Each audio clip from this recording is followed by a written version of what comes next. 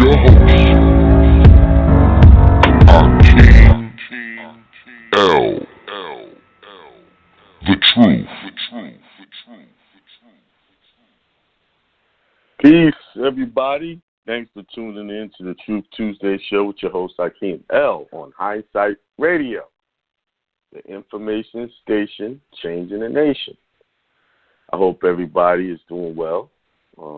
Thanks for tuning in again to another episode of Knowledge and Information. I want to thank everybody that supported the seminar this weekend. It was a great seminar, great people, a good turnout, and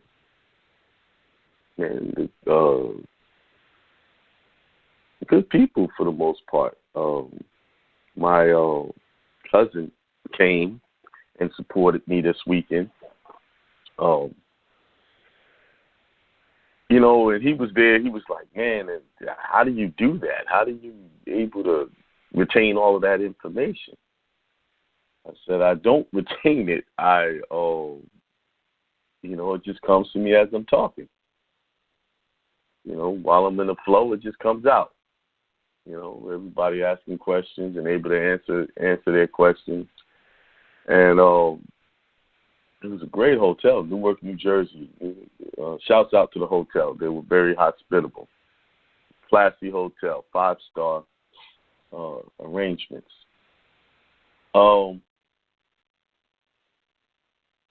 Although that was a great seminar, I got off when I left to come back home early in the morning, Sunday morning, caught a plane. It was at 5 o'clock. As soon as I landed, turned my phone on and got a text message from my aunt that lives in the Bronx, New York, that my cousin had passed away. He's about 2 years older than me, almost 2 years. His birthday is coming up, or was coming up. So had a high moment, then a low moment. So, I know I have a webinar coming up, I think, on May 11th. The way things is looking, I might have to push that off. I don't know. So that we can go to so I can go to his services. This is my first cousin. This is my uncle's son, oldest son. So it kind of, thinking about it, I'm the oldest in my family. He was the oldest on his side. Leaving behind a lot of siblings. Charlie has three sisters and 2 brothers. About as many as mine. 6 of us, and I lost a brother. My brother right up under me back in 1992. So I could definitely understand that pain of losing a sibling. So that's being arranged. But and you those things we go through, right? And we lose people in our family. And then you got people out there that purposely try to destroy your good name while you're out here trying to do good for people. And they don't really know what you're going through. I can understand why people will lose it on people.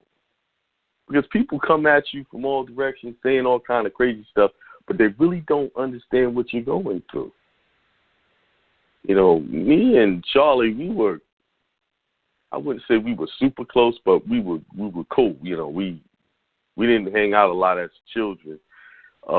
We hung out more when we got older. Actually, Charlie is friends with Eric B. and Rakim. If you guys remember,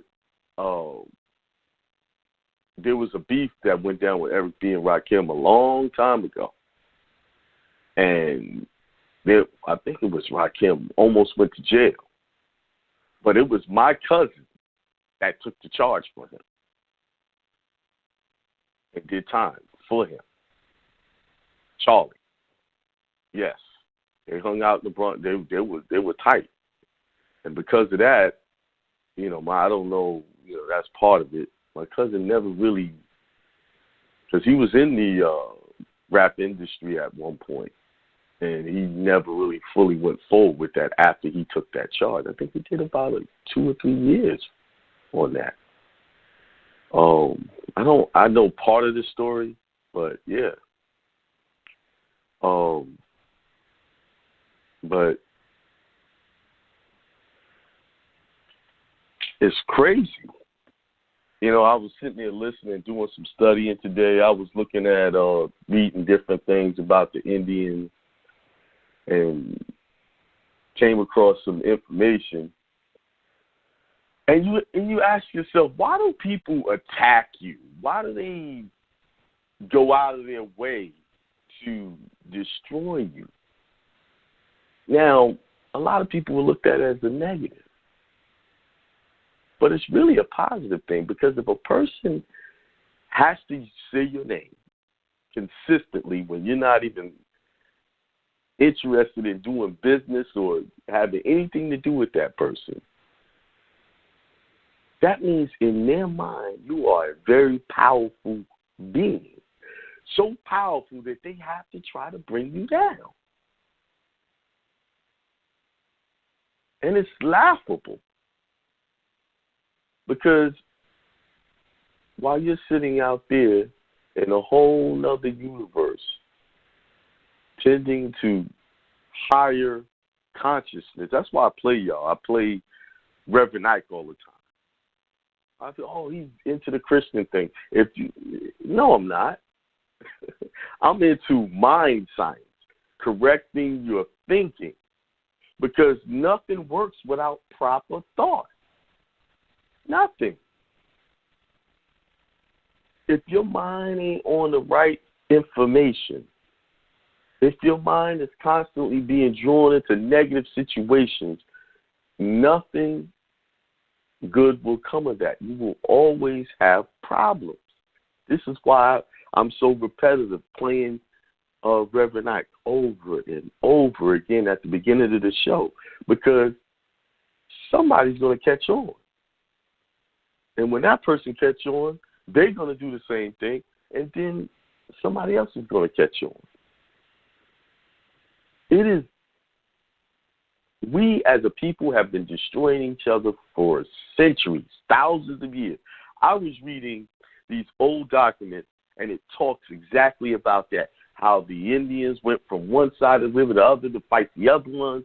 And, I mean, these people didn't come in and take our land. We fought each other till we lost it. We actually sold a lot of our land. I was even reading a document where one tribe sold New York to the Europeans. There was no war, no takeover. We gave away our land in order to get privileges. And I'm going to read some of those documents.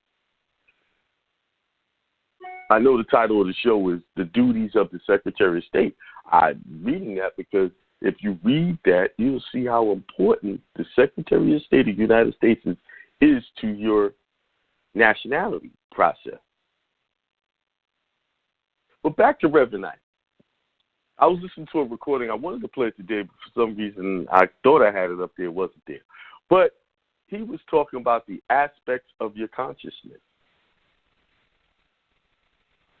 Right? He says you got your conscious mind. That's the one you're using, pay attention to most. It's your conscious mind. You have your subconscious mind. And then you have the superconscious mind. Superconscious mind, of course, is the God mind that everyone is tapped into. And I'll say it again. Everyone is tapped into, but not everyone has the faucet turned on to be tapped in and to receive the flow of information. Now, the conscious mind is the male part of the mind. The subconscious mind is the female part of the mind. The superconscious mind the all in all, or the mastermind is God. Now, how does that work? You have the conscious mind that sees and desires what it wants. So, okay, I want to be a millionaire. I say, I am a millionaire, right? And I leave it there. Now, that feeds to the subconscious mind. Just like what happens when a child is born. The man, the woman, they copulate or have sex, as we all know it. The man plants a seed and plants that egg. And after that, the man does nothing. It's the female that does everything else. The subconscious and the superconscious, or the God mind, work together to bring about what? A male or female child. So when people in the past try to damage the reputation of the female by saying things, using words like bitch, hoe, or just say all of our women got problems, do you know that you're destroying yourself when you say that? I've been a part of those conversations. I have destroyed myself by saying those things, or being part of conversations that totally bring down the character of the female. And it works by versa, sisters. Y'all talk about brothers, you bring down yourself, because we all work together. We all have a function. You see? So let's bring it back to the metaphysical. So if I'm coming up, I am a millionaire, I fed that to the subconscious. Sometimes, okay, let me work my magic.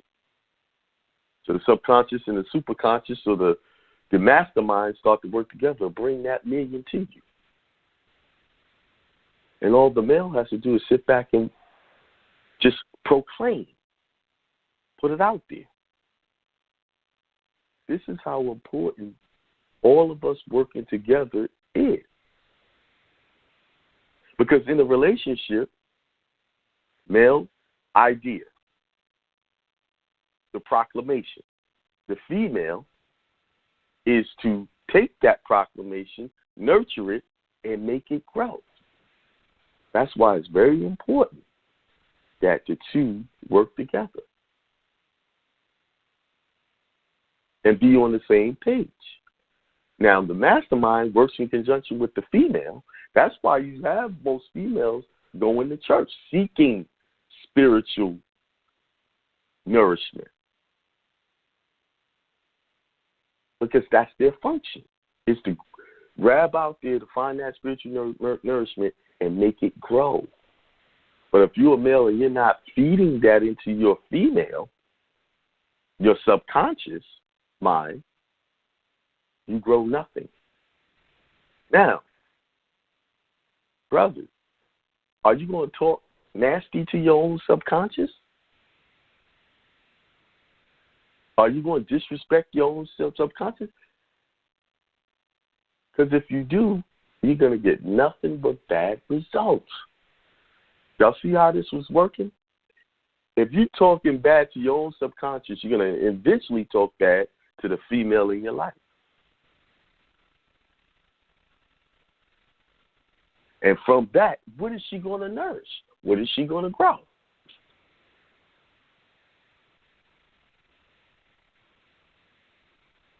She will eventually betray you. Your own subconscious mind will betray you. Your woman in the physical represents your subconscious. And you must nourish that subconscious. You must speak nothing but positive things into that subconscious and be precise, not iffy and wishy-washy. Know what you want.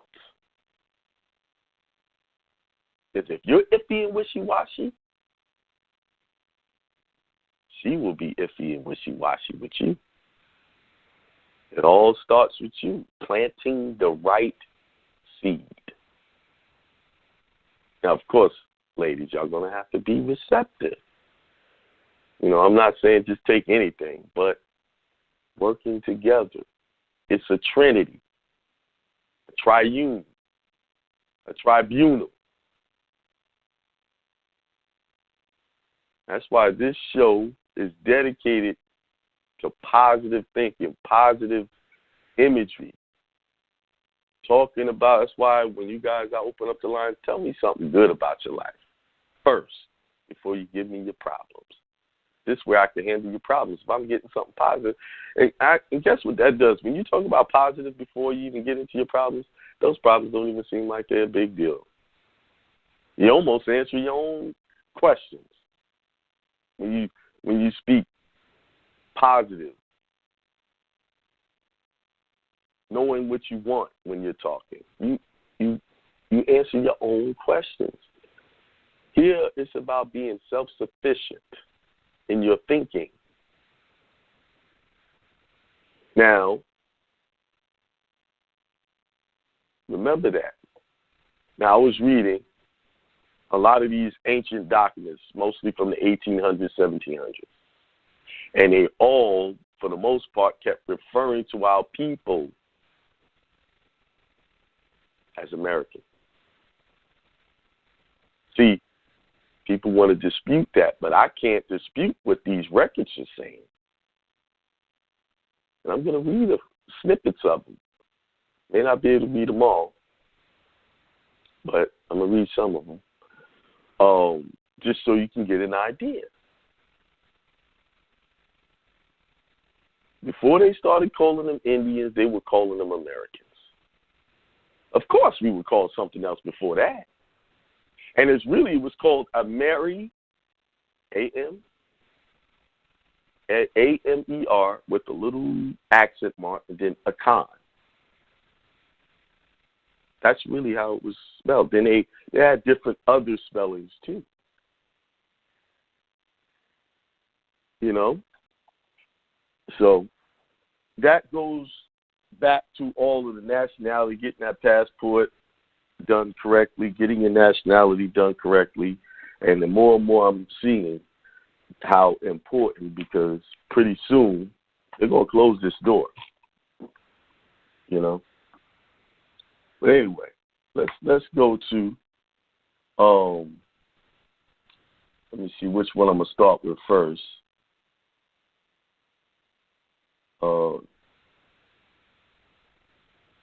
No, you know what? Let me start with the show title is The Duties of the Secretary of State.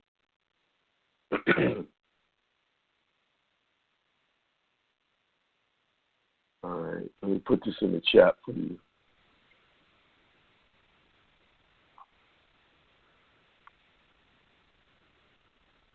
All right, I think this new chat is a mess, so I don't know if y'all even see that link, because I can't see it. Oh, try it again. Copied and pasted there. See, now, before my other links work, but this one, can't see nothing. Oh, man, this new chat is a mess. All right. Okay, duties of the Secretary of State. This comes from www.state.gov/secretary/115194.htm. Okay? All right. Under the Constitution, the President of the United States determines U.S. foreign policy. When I'm reading this, I want you to recognize, you're going to see some interesting wording. The Secretary of State, appointed by the President with the advice and consent of the Senate, is the President's chief foreign affairs advisor. The Secretary carries out the President's foreign policies through the State Department and the Foreign Service of the United States. So, if you are not a United States citizen, the Secretary of State handles people foreign to the United States. Doesn't mean another country. Okay? Created in 1789 by the Congress as the successor to the Department of Foreign Affairs, The Department of State is the senior executive department of the U.S. government. Now, it says U.S. government. It says United. It doesn't say United States of America government. The Secretary of State's duties related to foreign affairs have not changed significantly since then, but they have become far more complex as international commitments multiplied. These duties, the activities, and responsibilities of the State Department include the following. Serves as the President's principal advisor on U.S. foreign policy. Conducts negotiations relating to U.S. foreign affairs. Grants and issues passports to American citizens and executors to foreign consuls in the United States. Now, what's interesting about that is it didn't say U.S. citizens. It says American citizens. Why did they use U.S. citizens? Because if you go into any of the codes, they have, they don't have a definition for American in any of the U.S. codes. They always have a definition of U.S. citizen or U.S., but they don't ever define American. See, that's the question that people are not asking. Why is there no definition in their code for the word American, although it's used in a lot of mostly treaties? In statutes, you don't see it, but in treaties, you see it everywhere. That it'll say U.S., then it'll say American. Why is that a distinguishing factor? Why are they playing with those words like that? Why can't I go anywhere and say, okay, what's the definition? Only definition I can point to is that dictionary that says American is defined by the Aboriginals found here by the Europeans, now applied to Europeans born here. So it changed, it transformed, right? Let me keep reading. Advises the president on the appointment of U.S. ambassadors. They didn't say American ambassadors, it says U.S. ambassadors. Ministers, consuls, and other diplomatic representatives. Advises the president regarding the acceptance, recall, and dismissal of the representatives of foreign governments. Personally participates in or directs U.S. representatives to international conferences, organizations, and agencies. Negotiates, interprets, and terminates treaties and agreements. So the secretary deals with all treaties, right?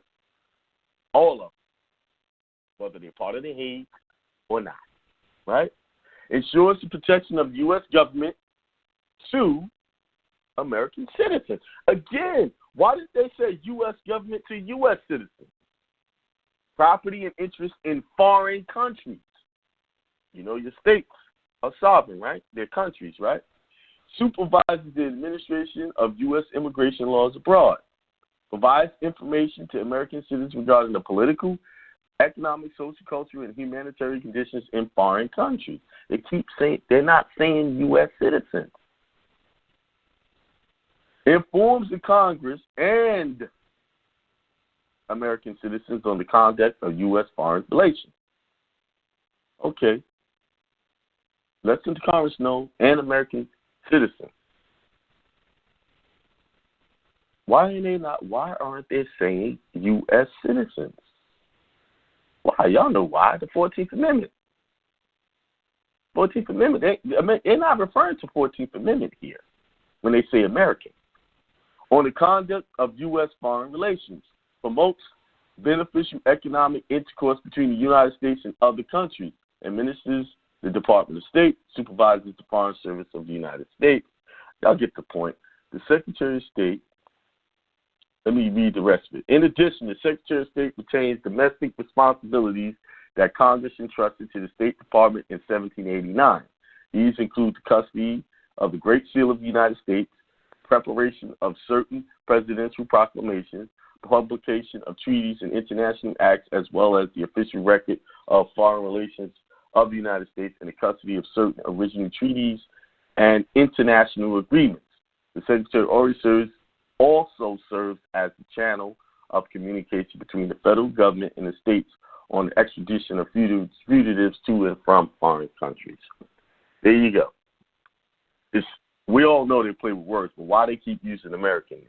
Okay, let's go to, this is from the Avalon Project, Jefferson's Indian Addresses. And I've read pretty all of them till I started seeing double. I've been up since, 3 or 4 in the morning, working and reading. Took a break, went and got my my fur treatment.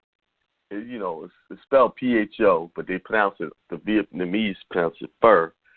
It's like a soup with noodles and jalapeno peppers in it. I had my it's got it. You can put whatever meat you want it, but it's every time I eat that, it changes my mood for the better. And then I came back and started reading some more. All right. Let's see. Where were we? I'm trying to see the best one to read because it's a bunch of them.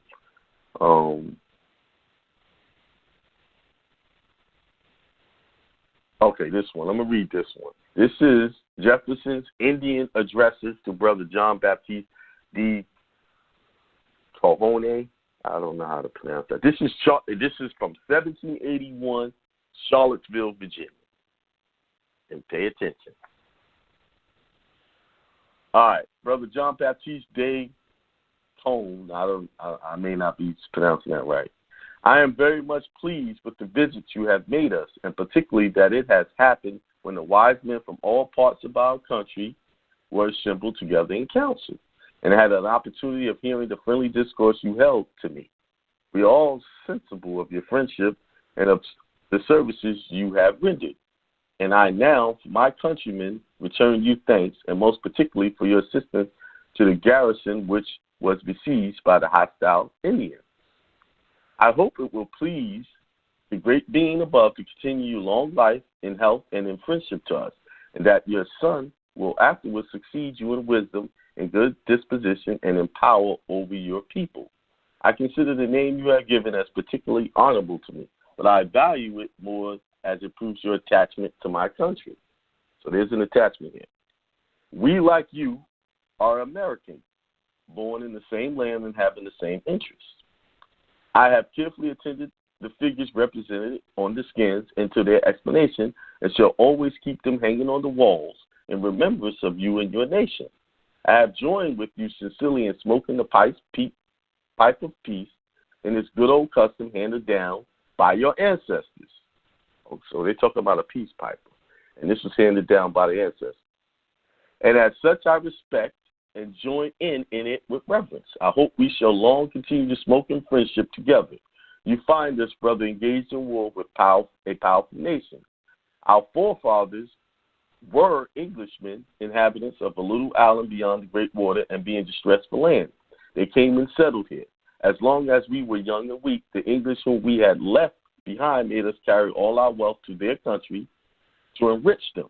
And not satisfied with this, they at length began to say we were their slaves. He just said they were slaves. And should do whatever they ordered us. We were now grown up and felt ourselves strong. We knew we were free as they were, that we came here of our own accord and not of their biddings, and were determined to be free as long as we should exist. So they was escaping slavery to come here. Now, they want to call themselves Americans because they were born here. But who was the Americans before that? Okay? We were now grown up and felt ourselves strong. We knew we were free as they were, that we came here of our own accord and not of their business, and were determined to be free as long as we should exist. For this reason, they made war on us. They have now waged that war 6 years and have not yet won more land from us than will serve to bury the warriors they have lost. Your old father, the King of France, has joined us in the war and done many good things for us. We are bound forever to love him and wish you to love him. Brother, because he is good and true friend to us, the Spaniards have also joined us, and other powerful nations are now entering into the war to punish the robberies and violences the English have committed on them. The English stand alone without a friend to support them, hated by all mankind because they are proud and unjust. This quarrel, when it first began, was a family quarrel between us and the English, who were then our brothers. We therefore did not wish to engage in it at all. We are strong enough of ourselves without the wasting your blood in fighting our battles. The English, knowing this, have been always suing to the Indians to help them fight. We do not wish you to take up the hatchet. We love and esteem you. We wish you to multiply and strong. I'm going to stop there because this is a long speech, but I read it all. Now, is another indication. They just said they came here as slaves, or they were treated as slaves. But I'll read this little part. It says, this is the advice which has been always given by the great council of the Americans. Who is this great council? Read it. I wish I can give you this. See, I'm going to try to put it in the chat again. Somebody's asking me, how do they sign into the chat? In the chat. You signed in, brother, if you're asking that question in the chat. Man, they are really killing me with this. Like, before my links were working, now when I put a link, it don't show anything. Now, that showed. My typing showed, but my links are not showing. Copy it to Notepad, then copy it to the chat. Okay. Oh, I don't know how to do that, Marco. I'm sorry. Let me see if I read another one if I have time. It's 7:54. Oh,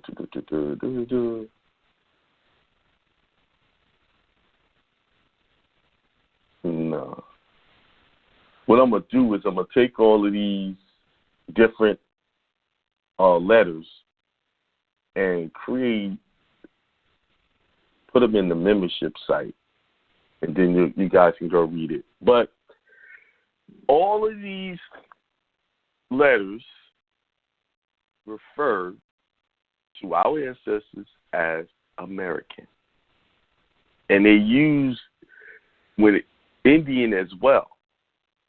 Now, there's also an old document that said specifically the original Americans were mislabeled as Indians.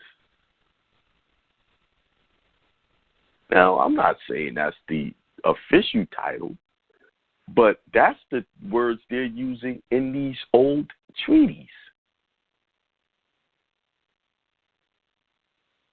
You see? Now, when I was reading the Secretary of State, it said they answer to Congress.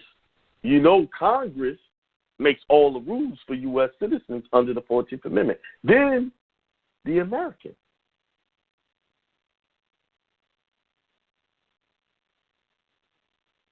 They did not say U.S. citizen. And reading enough documents, I know they're being that specific for a reason. So the Secretary of State answers to you, your ancestors.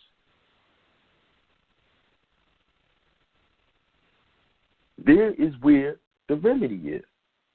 Getting that established with the Secretary of State. All right. Let me see if I got room for one phone call before my daughter calls me. I'm going to take one call, and then I'm going to go to till she calls. All right, 302-613. Peace, Brother Akeem. Peace, how are you? How are you? Oh, I'm fantastic and great, and I'm going to be real short. I, as an elder, appreciate so much your parenting, just watching you revolve, because I've been listening for a while, and I want to say that to you and to stay on course. But the reason why I chimed in, because I do call almost every time you're on, is when I heard you say tonight, speaking about us as one, we will go against one another. We won't support one another. And when I mean that, we'll start something, can't finish. We can't go all the way because something happens, don't like the way somebody looked or the way they smelled or you said this about me. I mean, we as a people, and now that I'm getting older and have gone through some health issues, I'm just like, wow, I see why we ended up. And I can almost imagine that we did sell the state of New York to whoever we sold it to.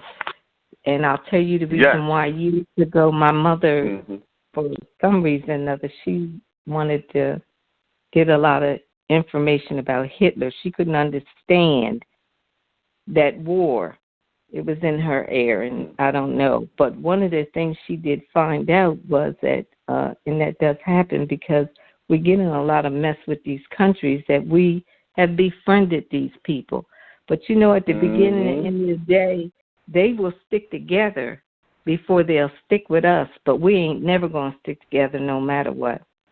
And this one last thing, Hilton Hill, North Carolina, that's when I first started getting my eyes open to some things. I saw where the older people down there, because that was the one place in the so-called Americas here where the Aboriginal people, untainted people, I used to say, meaning they weren't mixed with any other nationality. I don't know if I'm presenting it right. But what started happening was that, thank you, sir, brother. The older people started, revolving, moving on, leaving here. And so their children then inherit the land, which by right they should. But they too cuckoo to keep the land, the most valuable. Oh, my God. They wrote this, almost half of the magazine was on Hilton Head. So what happened? The Europeans and the Caucasian went down there, and now they have made that their oasis where they can go down there and spend a month and, have these luxury places that even if we want to go, we have to pay a lot of money to go down there and enjoy it. So I just wonder, I hope it wasn't too long, but the point, it wasn't. Those things out that you're saying, and to tell you, you keep moving forward. None of us are perfect, but when you stay still and you're stagnant, I'm telling you, that's bad. So I'm happy and peace to you and your family. I love what you're doing. Thank you for that. Thank you for that as a man. Yes. All right. Peace to the God. Peace to the God. Good words of wisdom. She is absolutely right. I read in one of these documents how we were trading land for privileges. Plain as day. They didn't take it.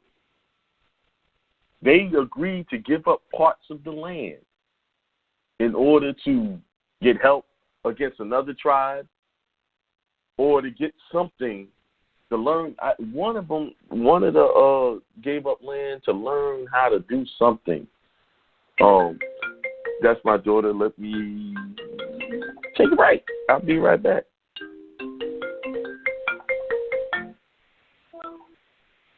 All right, I'm back. Right, like what I was saying. Yeah, if you read these documents, it shows how we were just giving away land. And a lot of it was choice land by the water. Trading land for alcohol. Yeah.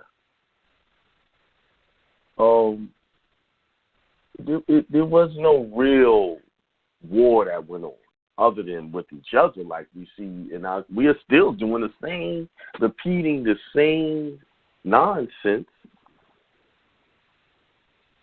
from before. Tearing each other down for the sake of $1.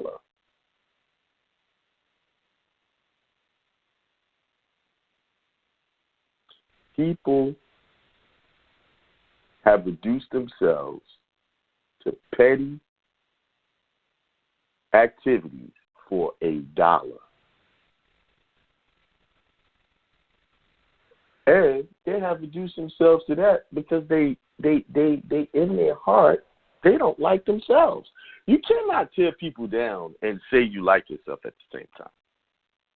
It's because it doesn't feel good to tear people down. If you're a person who feels good about hurting people, talking about people, doing things against people, you have to have pretty much a wicked heart to be okay with that.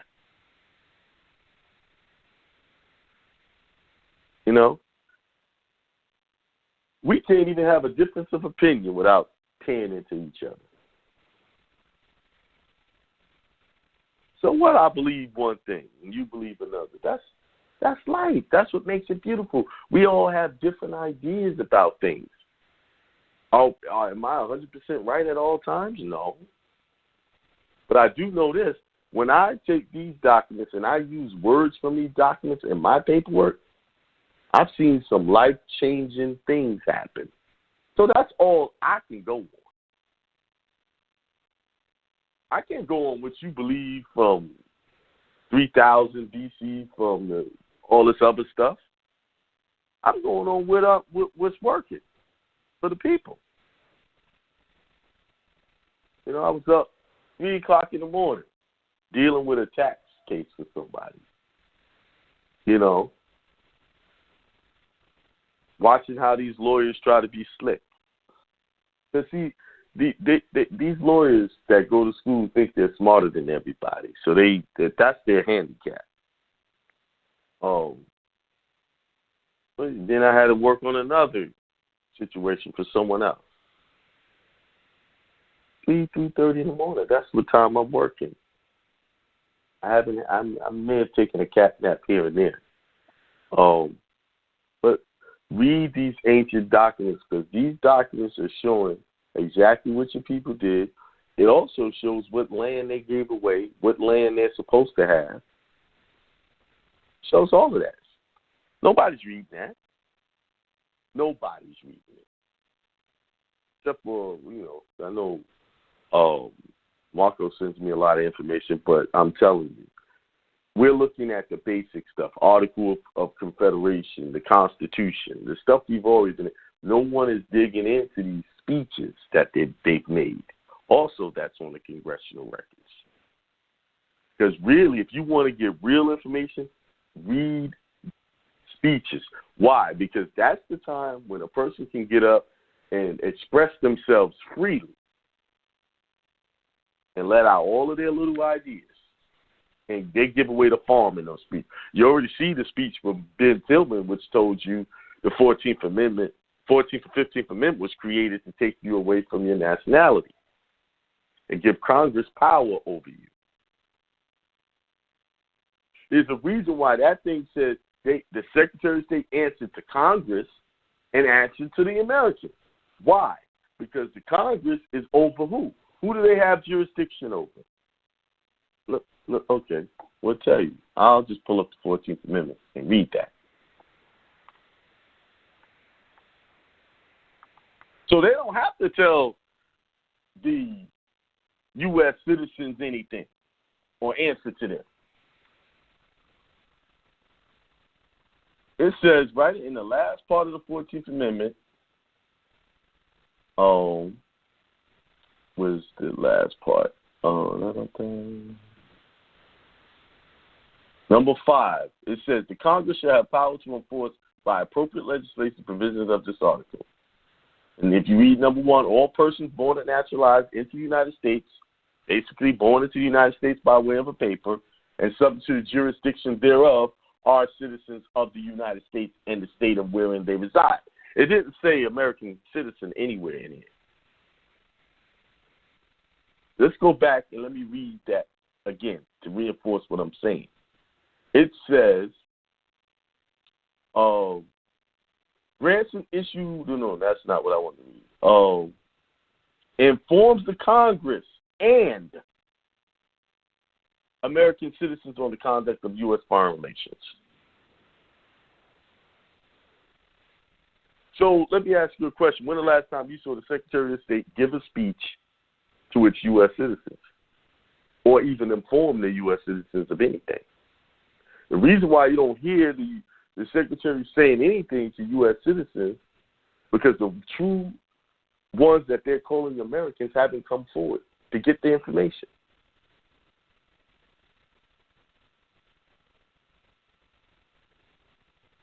So when they tell Congress, Congress tells the U.S. citizens. They just, whatever.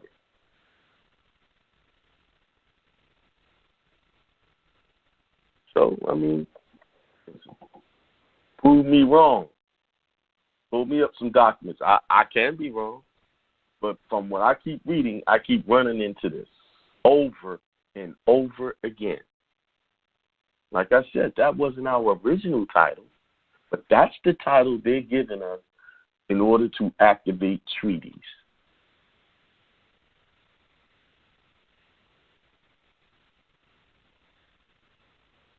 All right.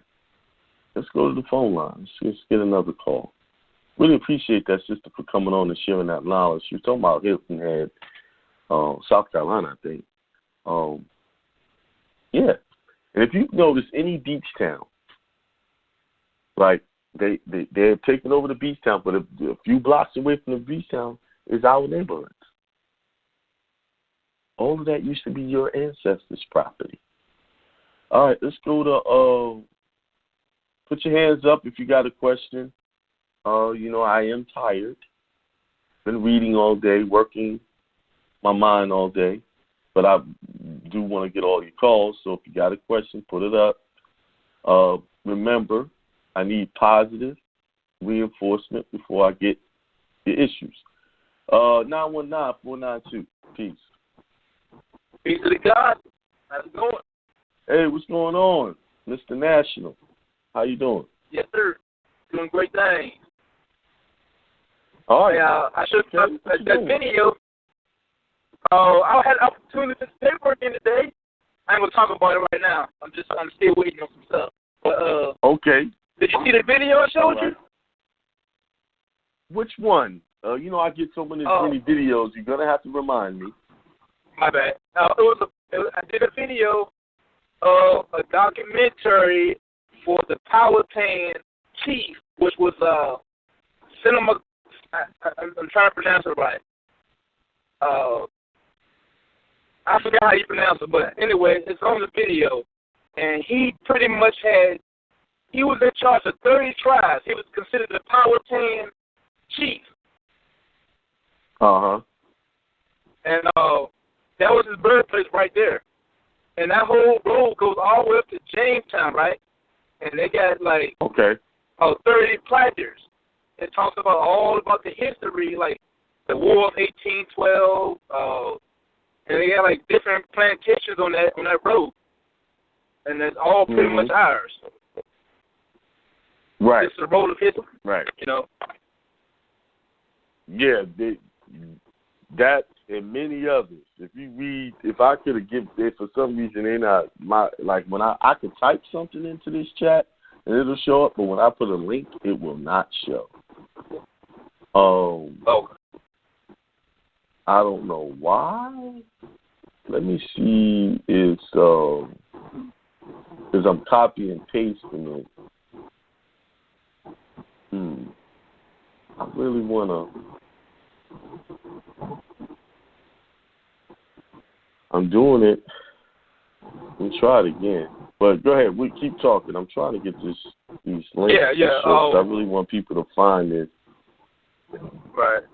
Yeah, I'm doing some more documentaries because I think that, especially that route right there, that's in Virginia, nobody has really tapped into that, but the guy named Dan Calloway, he tapped into it a little bit because it got Turkey Island and everything on that road right there. Okay. Somebody said I got attachments blocked. I didn't block no attachments. I'm sorry, brother, to interrupt you. This chat has got me frustrated a little bit, man. Okay, I didn't block any chat. No, did I block attachments? But anyway, All right, brother. You got anything else? No, that's all I had. Just doing great things. Peace to the gods. All right. Good. Keep it up, brother. All right. All right, let's go on to another caller. All right, thank you for that. Let's go to 562-588. Hey, peace, Hakeem. Hey, peace. What's going on? How you doing? How's everything going? Going well. I've been enjoying the Reverend Knight. You know, really. Have you? Really Yeah. It's like it's good. It's fire, man. It's like, you know, it's it just resonates. It resonates and seals the deal. You know, things I've been working on. So yeah, been good. Yeah, I'm glad you like it. I'll keep playing it. I'm gonna keep playing it because, you know, Reverend Knight was like, a lot of people say he was before his time. I don't agree with that. He was of his time. It's just that a lot of people didn't appreciate him when he was, you know, alive. And I think right now a lot of people are really, I don't know if maybe it's me. I've been playing them all the time, but everywhere I run into, people are talking about Reverend Knight. We did a seminar, and one of the young ladies at the seminar was like, "Yeah, man, I love Reverend Knight." And it's just that he was the true young. This is a young person, you know, because he talks. He actually goes in and says, "Jesus didn't die for your sins." He said the church has turned Jesus' martyrdom into a bloody mess. Man, I got the recording. I'm going to play it. But he breaks it down. He shows you, you know, how the religious structures have turned that whole story on its head and caused people to look outside of themselves for their salvation. You know? Absolutely. Mm-hmm. Yeah, no, I mean, I was researching. I was doing some of my own, looking around for you know, anything I could find, and I found this one. And I guess he was in Australia or something. The lady was saying that you know, she introduced him, and she was like, "This is the original godfather of, you know, positive self-affirmation." Like everybody. Mm-hmm. Now that we listen to it, it's like quoting straight from him, right? So, right. Mm-hmm. Yeah, it's pretty. It's great. All of those people that you like, Dwayne Dyer and all of them, right? Even Eckhart Tolle, Deepak all Chopra. All of them got that information from Reverend Knight. They don't give him credit. But nobody can preach it better than he can, though. I've listened to all of them. Deepak, Eckhart Tolle. I like Eckhart Tolle. He has a very good message. I've listened to Dwayne Dwyer. I like him, too. Even, the Abraham Hicks. That's a woman who speaks. She speaks. She's just a woman, but she's supposed to have these. A spirit is supposed to be speaking through her. She called him Abraham Hicks. Right. But they all of them, if you listen to them, they sound good, but they don't do Reverend Knight justice. Have you ever read Have you ever read A Course in Miracles? I heard of it. I haven't read it. Right wrote now, that book? somebody gave me the book, and I was like, I'm not into this Bible. Is that a woman who wrote that book? Yeah, I don't know. I don't know. I know. I think there's a like female author in that one. It looked like a Bible when I got it. It was a thick book, and it goes into it. I think as far as like what Reverend Knight's talking about, you know. Mm-hmm. But I was wondering. I've heard of it. Somebody, no, it's written by Alan Tolle. It looks like a Bible. Combined volume. Well, no, that's of course in Miracles Made Easy. Who's the original author? Yeah, it is. It's a woman, Helen Schuckman. Yeah, I thought so. Yeah. Well, I mean, he really, for me, because I was brought up in like as a Catholic, and I kind of rejected a lot. Well, obviously, because of whatever they're teaching, that it's like in a dogma and all that. So it makes you turn your back, on that whole piece. So but Reverend Knight, like, really, like, and I ever since I've been studying law, and for the last 10, 13 years about nationality and so on, I kind of like I opened my heart to the ancient that scripture, but it's kind of like still on the fence, But then Reverend Knight comes along, I'm like, oh, he really got me open, and really helped me connect some crucial pieces, and how, and it's really the consciousness. It, like sometimes you get so specific, and law is very specific, and we're pointing to history, but there is a thread that runs through all consciousness. That's important to kind of, go kind of weave things to just like multiple strands in this movement. But yeah, like a lot of gratitude for that. It's a very important piece. Yeah. I was listening to Reverend Knight, who broke down the conscious mind, the subconscious, and the mastermind, or the superconscious mind, and how that works. Right.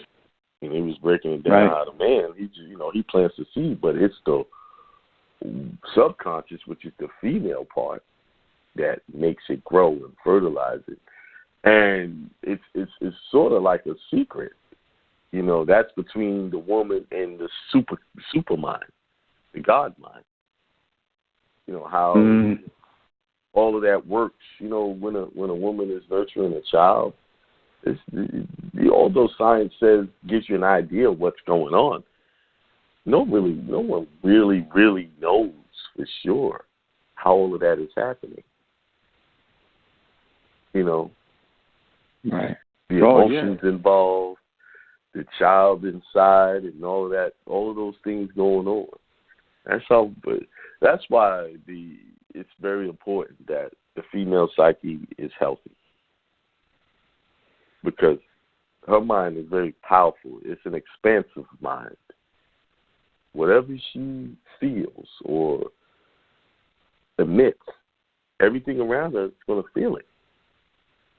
And the psychic powers in a woman is very powerful. The problem is a lot of them don't really know their power. Right.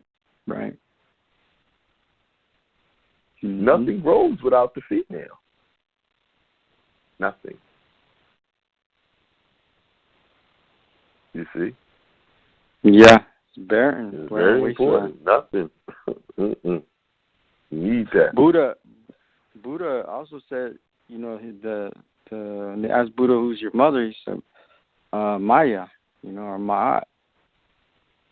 The mind. That was his mother.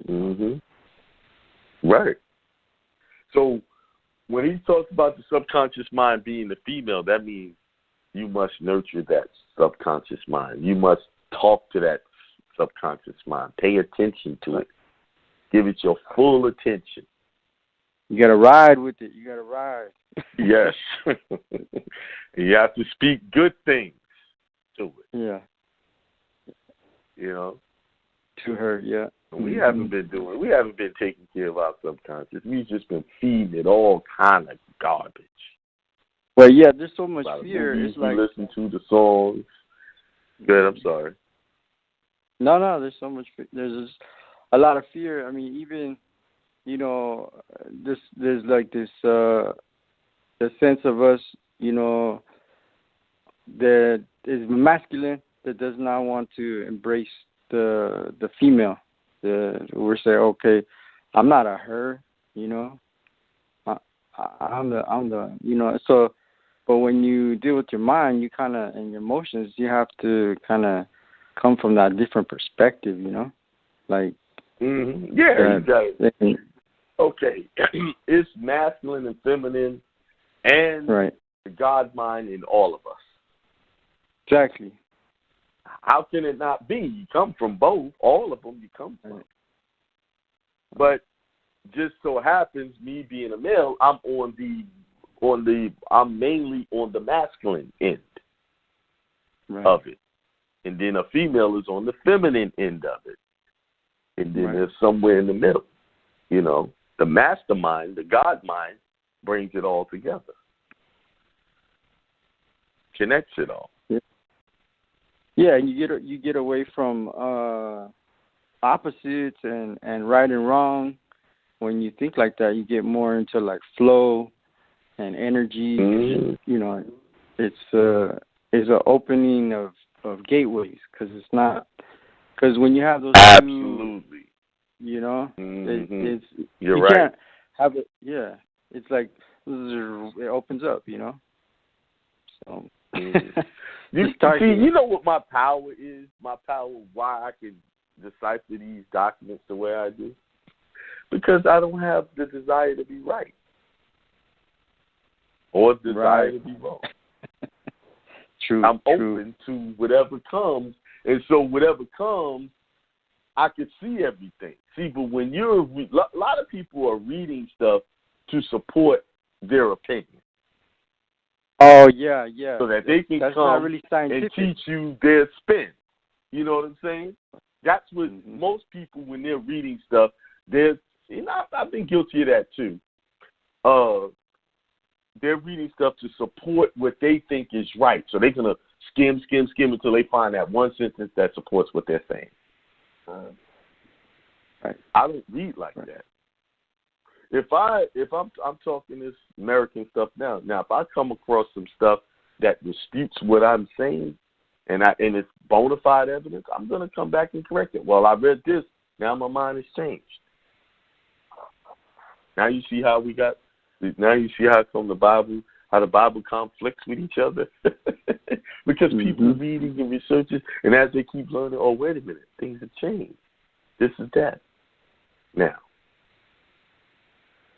But what I'm saying is, I try not to read with an opinion in mind. I read with an open mind saying, whatever comes at me, I'll accept it as it is. And that's how we need to deal with life. Whatever comes at you, you need to accept it as it is and deal with it as it is. Like, okay, we're not saying allow yourself to be punished or abused. What I'm saying is, you see it, you recognize it. If it's not good for you, then you move away from it. That's called acceptance. You see? Most people, it's going to get better, blah, blah. No, it ain't. Move on. Don't allow yourself to be in a situation where you're uncomfortable or it's abusive for you. But we need to learn how to accept what is. And once we accept what is, we can change what comes later or change what is now. It's okay, this didn't work out for me. Okay, let me do something different. All right. All right, brother. Appreciate your comments. You have some more to say? Go ahead. Yeah, one more thing that I had a question, but then had the American citizen piece. It's outlined by Noble Drew Ali. He in chapter 47, I think, or 48 of the Quran. They call it the Circle 7 Quran. but he says the true American citizens, you know. What he said that too, huh? I didn't even remember that. So I didn't go read what he talking about. You see? But people argue with me about this one point, but every time I read something, it's pointing me in that direction. You see? Yeah. That was why I read that secretary duties when it said to Congress and to the American citizen. Yeah. Property and interest in foreign countries. Well, Congress actually, Congress is also a loose term because Congress just means those who walk together and are joined here in this, like contract, like in even the preamble. I think it says that we come to the Congress. Like what there was a Congress here already. So they're coming to the Moors Congress to ask for this. To allow this contract, Where did you find that Noble Drew Ali quote? I think it's you said it was it's in the 47 or 48, chapter 47, 48. I think that's it. Oh, the Circle 7? That's where it says Circle 7. The true, or you could just look up American citizens. It'll be all over the internet. American citizens and Noble Drew Ali. Is that true American citizens? But my question has to do with the accord and satisfaction. Are you handling that at all? Yeah, I can answer that question for you. Go ahead. So California, they have like a conflicting in the law. There's a conflicting section that says. Do you have the section? Can you read it for me? So I know what it says. Yeah. Let me pull it up real quick. I'll read it. I'll read it off to you, but it's right here in the full satisfaction. All right, first notice. Sorry about that. Slow computer. But it says two reported court decisions have now addressed the conflict of sections 1526 and 3. Both courts, a California appellate court and a federal district court, applied the maximum statutory construction that when two statutes governing the same subject matter cannot be reconciled, the latter in time prevails. As such, both courts, whose opinion provides persuasive authority to other California courts, held that the provisions of Section 3311 prevail over Section 1526. In both courts' rulings, bring back California into the majority rule, meaning that the recipients of payment in full checks must refuse such payments or take great care, right? But so my question is, like, the code is conflicting. Like, I found this report on it, and I included that in the document. So 1526, where a claim is disputed or unliquidated, and a check or draft is tendered by the debtor in settlement thereof in full discharge of claim, and the words payment in full, otherwise similar meaning are notated on the check or draft, the acceptance of the check or draft does not constitute an accord and satisfaction if the creditor protests against accepting the tender in full payment by striking out or otherwise deleting the notation, or if the acceptance of the check or draft was inadvertent or without knowledge of the notation. That's what 1526 say. Okay, what it's saying is, all right, let me go to the code so I can break it down. What's the code again? What's the code? 1526, California Civil Code. Hang on. It's saying that you write that notation on your payment. And if they don't strike it out before they cash it, they got to accept that. That's full payment. Let's see. Let's pull it up. Okay. California Civil Code 1526. Where a claim is disputed, which one you was reading? You read it all, or where a claim is disputed or unliquidated check or draft is tendered by the debtor and settlement thereof in full discharge of the claim, in the words payment in full or other words are similar, meaning are notated on the check or draft, accepting the check or draft does not constitute an accord of satisfaction. Now here, pay attention. If the creditor protests against accepting the tender in full payment by striking out or otherwise deleting that notation. So if he strikes out or deletes the notation, if he doesn't do that, he's taking it as full payment. Or but what about the last if the acceptance, that's what I'm getting to. Or if the acceptance of the check and draft was inadvertent or without knowledge of the notation. So if you wrote it in a place that's not conspicuous to them, it could be considered inadvertent or without knowledge. Oh, like real time, so as long as like that.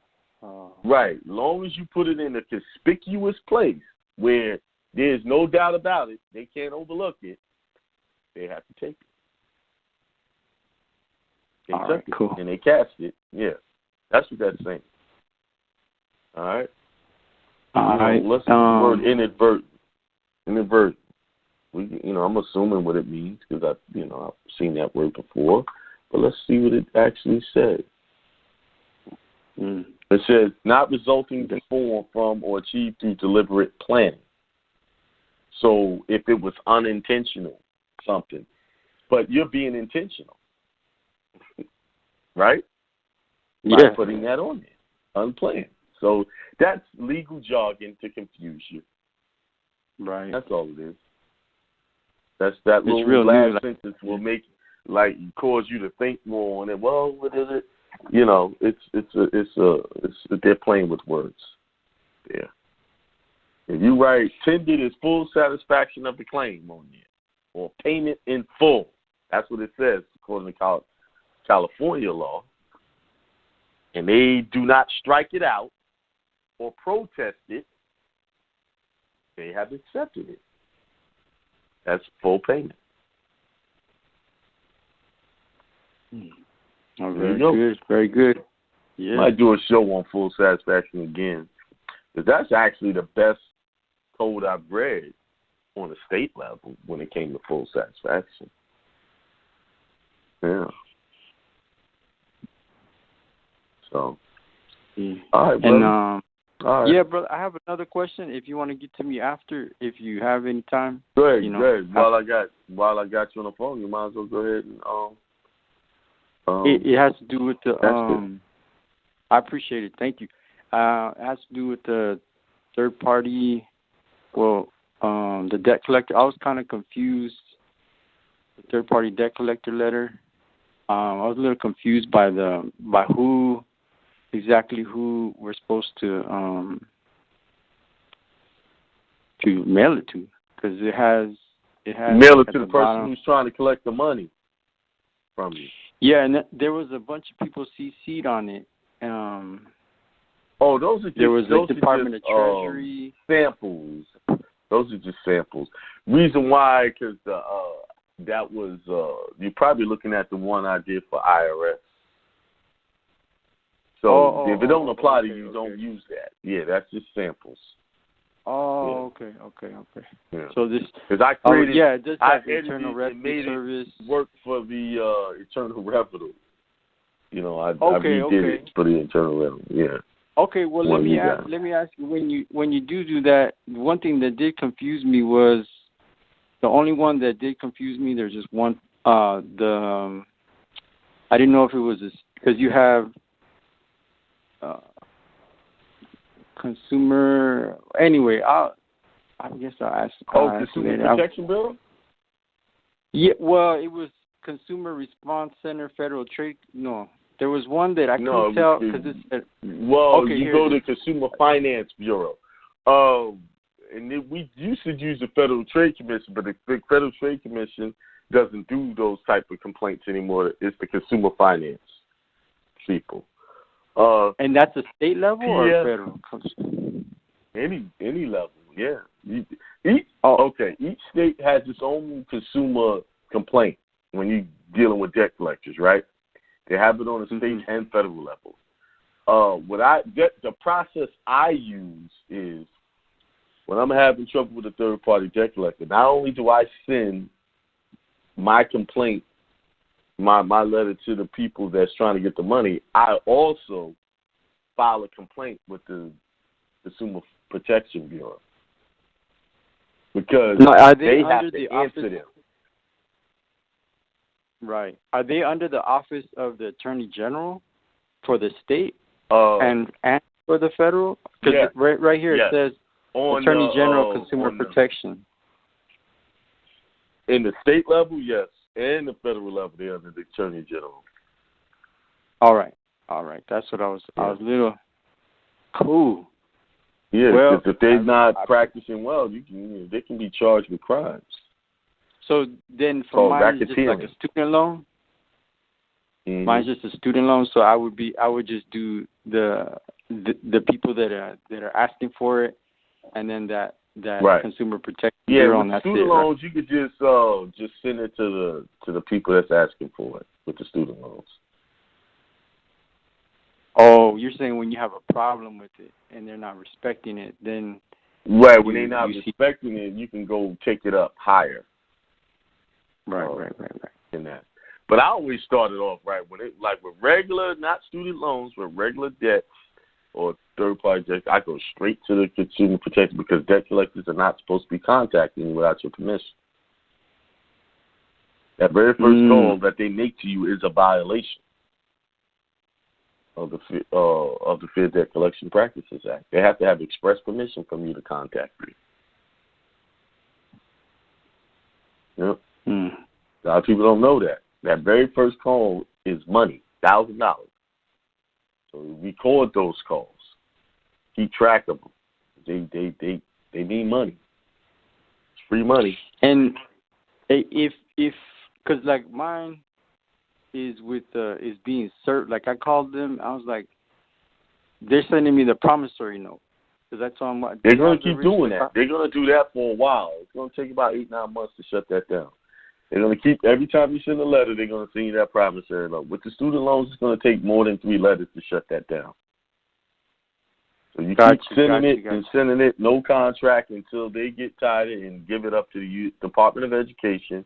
Once it goes over there, you send that letter again. With me, I only had to send it to them one time. Then they send it off to another third party. Then I send them one letter, and that was it. They shut it all down. Do I write across the promissory note? Because they're sending me a promissory. What do I do? All of it. Anything they send, you put no contract on it. Okay. All right. Thanks. Thank you. Let me move on. All right. Let's go to 954-629. Hey, peace to the guys, man. Peace to the God. What's going on? Oh, man, just sitting back, listening to the show. I got in kind of late.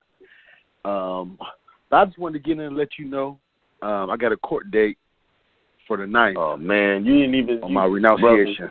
Brother, hold on. You breaking rules, man. You breaking the rules. That is good, though. That is good. That is no good. Every time you get on, you're talking about a court case. I don't want to hear about court cases all the time. Talk about something else. You like court cases. You like being in the court fighting these people.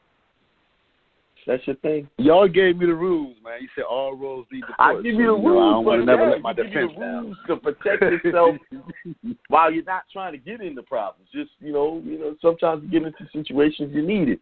But man, you are in a case. I go back 3 years and I hear you talking about a case. Man, don't you get tired of them buildings? I hate them buildings. Oh yeah, you better believe I do. I hate them buildings. Carl, I want to hear something outside of the court case that's good. Come on now. I'm going to Disney World in a few days. Okay, taking that's the good. kids. Yeah, okay. Yeah, we're taking another little vacation. Was that so hard? You about to take the kids, spend time with No, them, I wasn't here. put smiles on their face. I hope you ain't just BSing. I hope you really doing that. Oh no. We're leaving. We're leaving in a few days.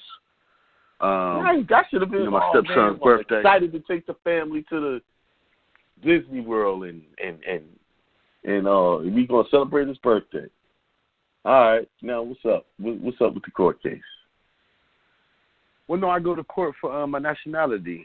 They gave me I got a hearing on the 9th. On the 9th at 3:00. Okay. Well, keep us posted. See what happens. No doubt, man. No doubt, for sure. All right, man. Thanks for calling. All right. Let's go 715-501. Peace, Akeem. What's going on? Peace, Marco. What's going on? Yeah, everything's great. Everything's wonderful. As you know, I am a national now.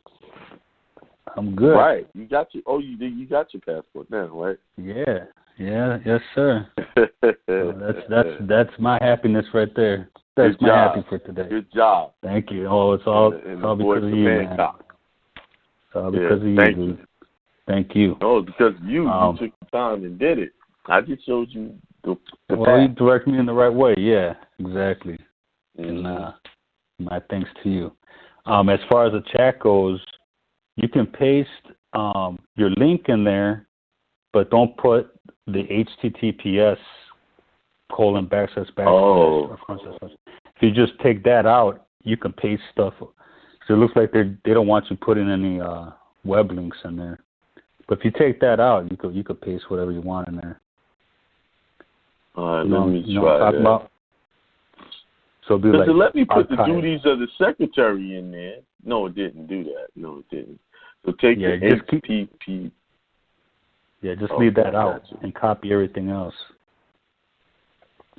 All right, let's see. It still didn't do it. The WW. Don't put no www. No, don't put that in there.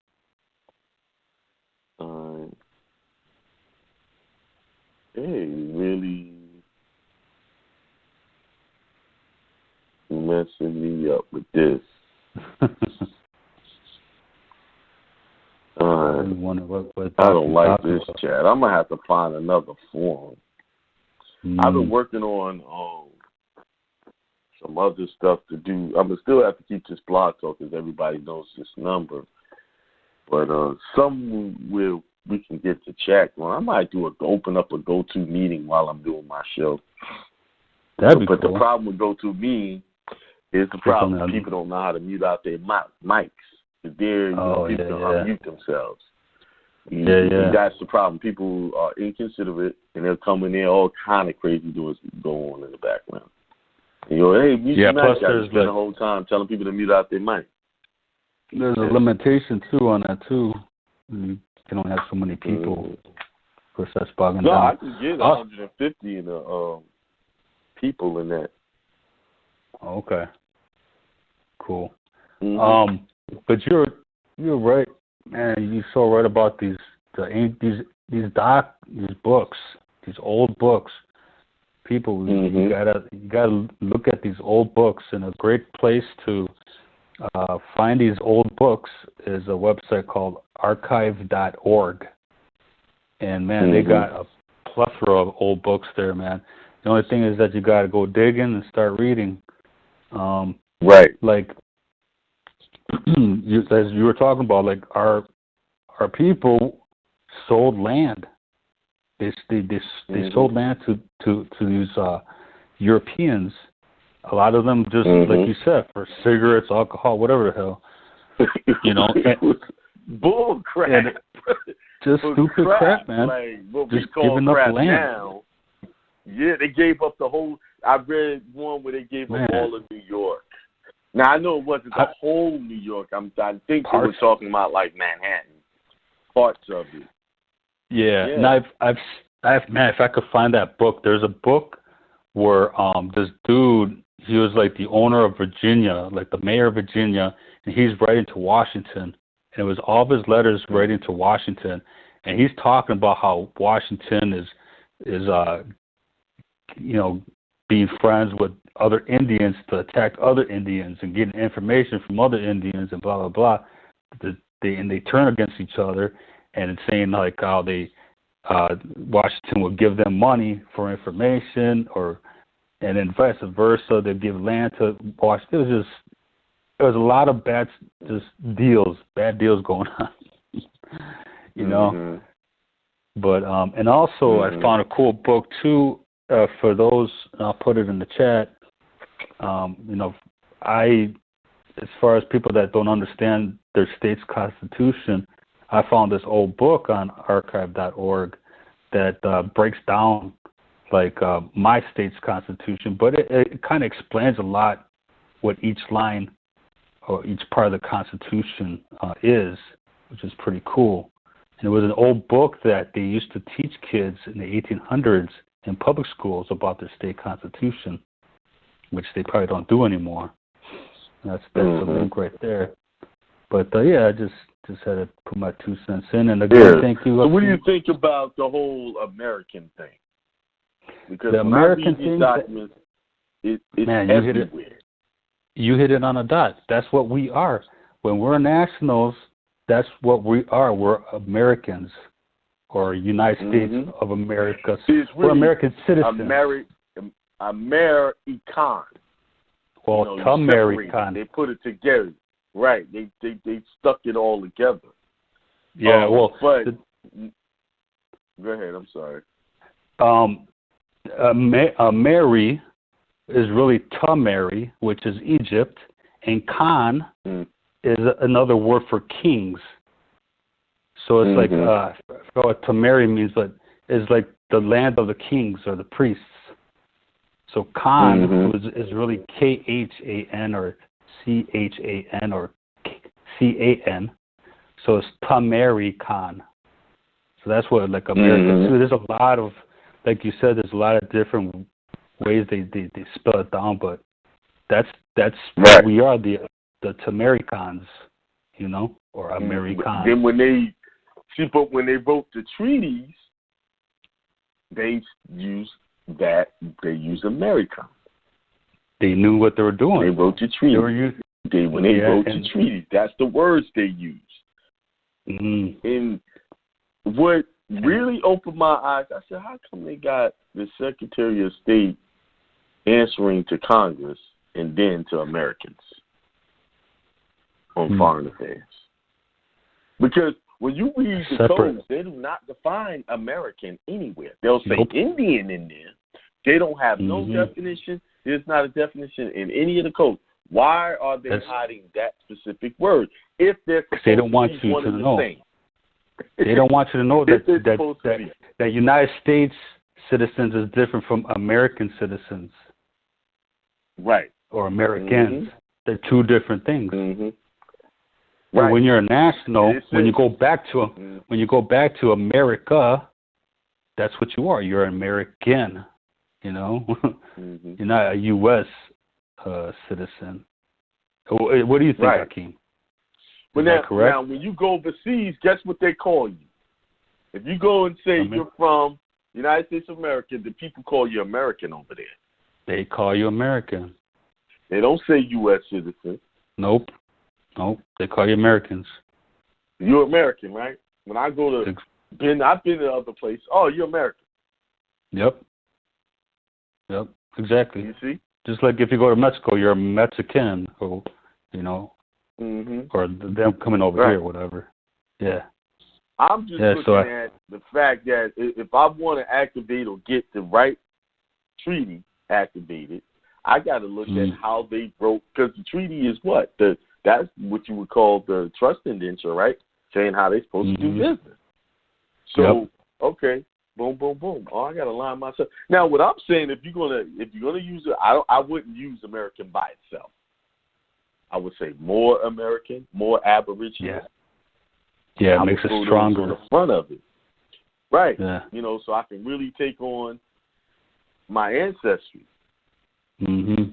See, I wouldn't use it by itself. But see, what people are doing, they're talking about it as if I'm saying it's just that. They want to twist my words, you know. No, I think what you said is key. But nobody's reading from these things when they're talking. They're not pulling out documents and showing this is what it's saying. I'm reading stuff to you. You are giving the website. Yeah. You're giving proof and you're showing evidence that you're not bullshitting. You're showing people this is what it says, and it's not what I see, it's what it says. So I'm not lying. Now, when I put that in someone's paperwork, I've used those other things in paperwork. But when I used it for the first time in someone's paperwork, I put more Aboriginal American national, but not a citizen of the United States. The judge took his robe off. Took everybody into his chambers. That's crazy, man. That's powerful, right there. Okay, so don't tell me. You can tell me I'm wrong all day, but these cases that I'm working with and I'm using it, I see drastic changes in how people are being treated. You know, I'm just thinking I'm sending the real people into court. I'm sending them in the way they're supposed to represent themselves under their ancestry and their God. So that judge sees you as a real person, so now he has to talk to you person to person, like went straight on back outside of. Absolutely. Yeah. Absolutely. Wow. And that's something right there. Man, the girl got here and told y'all. She got on the show and said, I heard it. Yeah, I remember you him talking about that. Nobody knew what I had in that paperwork for her. So I briefly said it, but what was that case about? If you don't mind that, it was a show cause order. It was a show cause. I won't tell what happened in the details, but it was a show cause. But the show cause had no information in it, nothing. Like, just come to court and show cause. It didn't say why, nothing. It had something to do with her child, but I won't go into all of that. But I just simply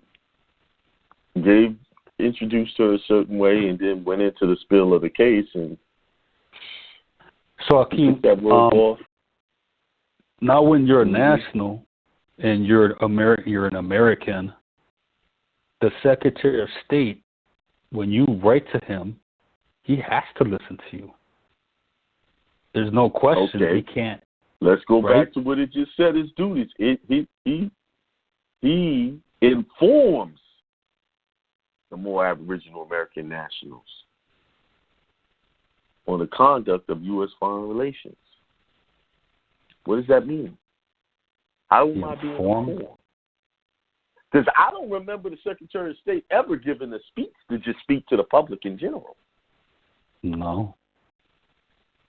What does he mean by that? What that means is you address your grievances to him so that you can be informed of what your remedies are. Oh, wow. There you go. That's the next step. Okay. Wow. Okay. Got you. All right, Akeem, I don't want to hold up the line anymore, but again, thank you. All right. And all right, man. Thank you. Peace, man. Peace, brother. All right, peace. All right. All right, let's go to 203-491. 203-491. You're up. All right, let's move on. They must have fell asleep at the wheel. 919-492. Peace to God. Peace to God. What's going on? How's everything going on? Hey, everything good. I'm living. I'm breathing. It's Tuesday night. I'm listening to Hindsight. Shit. That's what it is.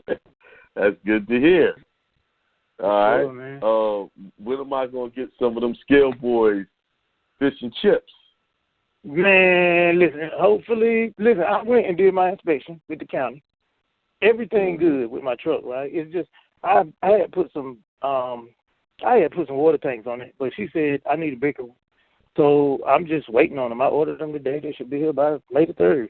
And all I got to do is go back and let her approve that, and boom, I'm in the business. Okay. You think you'll be up by this weekend?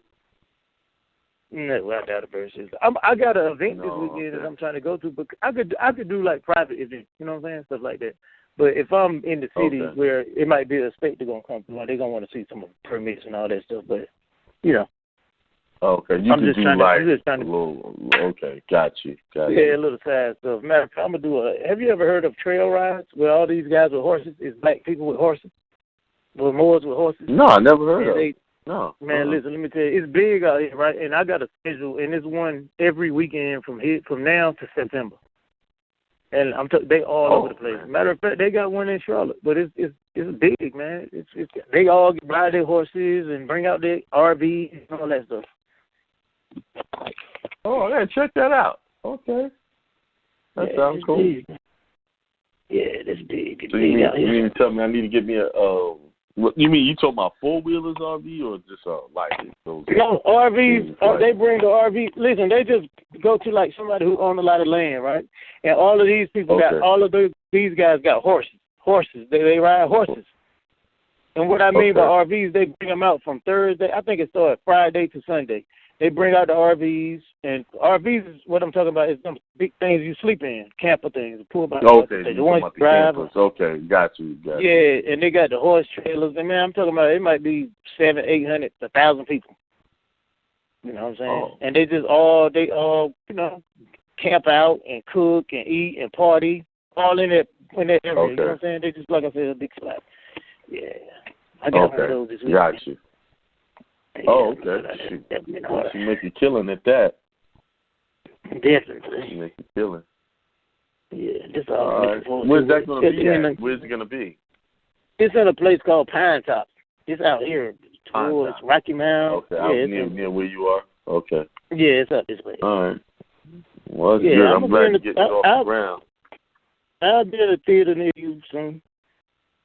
I'll hit you. I'll be like, I'm in Greensboro. Winston-Salem or something. Charlotte. Come check me. Okay. Definitely. Sure, but I'm gonna definitely get with you, man. You already know. Okay. But I was just calling in, just to holler at you. Show beautiful like always. You know what I'm saying? All right. Thank you. Appreciate the support. All right. And something else too. Sorry for your loss. You said about your cousin. Oh yeah, my cousin Charlie. Yeah. Man, I was a shocker because I hadn't talked to him. I had talked to him not too long ago. Actually, I was just talking about him over the weekend with somebody. My other cousin, we were sitting down having lunch or dinner because he showed up to my seminar, and we were talking about him, and I didn't know because he apparently went into hospital Friday. They let him out, and then something happened. I still don't have all the details. Yeah. Man, the crazy things. Crazy. Yeah. Yeah, he was young. He was like about to be 50. Well, I'm going to be 52. He's a couple years older than me. Yeah. Just good. I'm going to tell you the crazy that happened here. But with this guy I know, it probably happened like 2 or 3 months ago, maybe 4 at the longest. It's a guy named Kyron Hinton. And if people look at the news, they'll know. He in Raleigh, right? What happened to him, he got beat up. The police beat him up, right? So you know how they record. Somebody recorded everything. So listen, it was 2 state troopers and a sheriff. Okay, so listen, the state troopers got fired. They lost their job. Dude won a settlement to probably like, I don't know how much bread he won, but he won. He had got a check for $86,000, right? Man, the next day he was dead the next day. He got a check one day, the next day he was dead. That's crazy, right? Yeah, this shit. I was like, man, listen, that $86,000 won't work. I don't know. It might have been worth it, though. I don't know. You know what I'm saying? I don't know. I've been having conversations with my people, and it's crazy about church, right? I tell them, listen, you know when Well, it was in church. Now, I grew up in the church. I think I'm 51 years old. I ain't been there probably about 10 years, but I grew up in there. And I'm going to tell you what changed me from going to church, really, before I even knew about what y'all talking about. Listen, I was locked up in prison, right? And before I went to prison, I caught a nasty charge. So you know how, I'm in the church. So I'm saying, well, damn, and this much before I go to prison. So listen, I say, damn, well, I started going to church every Sunday, right? I'm putting 200 in the book. I'm putting 200 in the tithes, right? Every Sunday, right?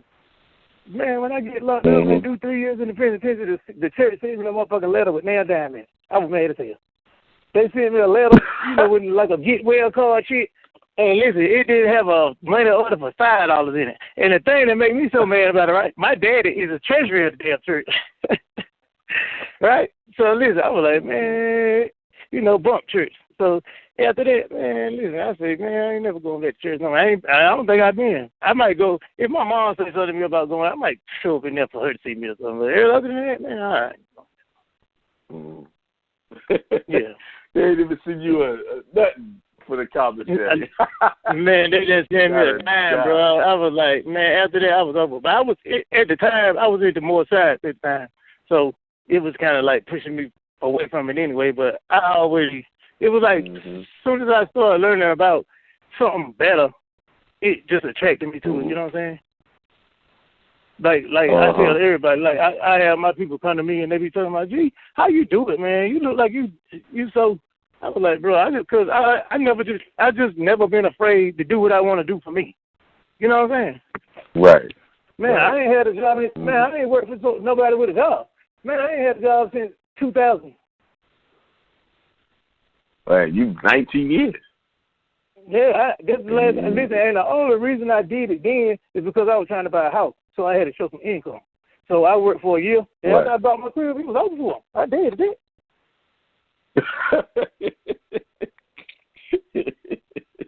Well, you about to make big bank now with that food truck.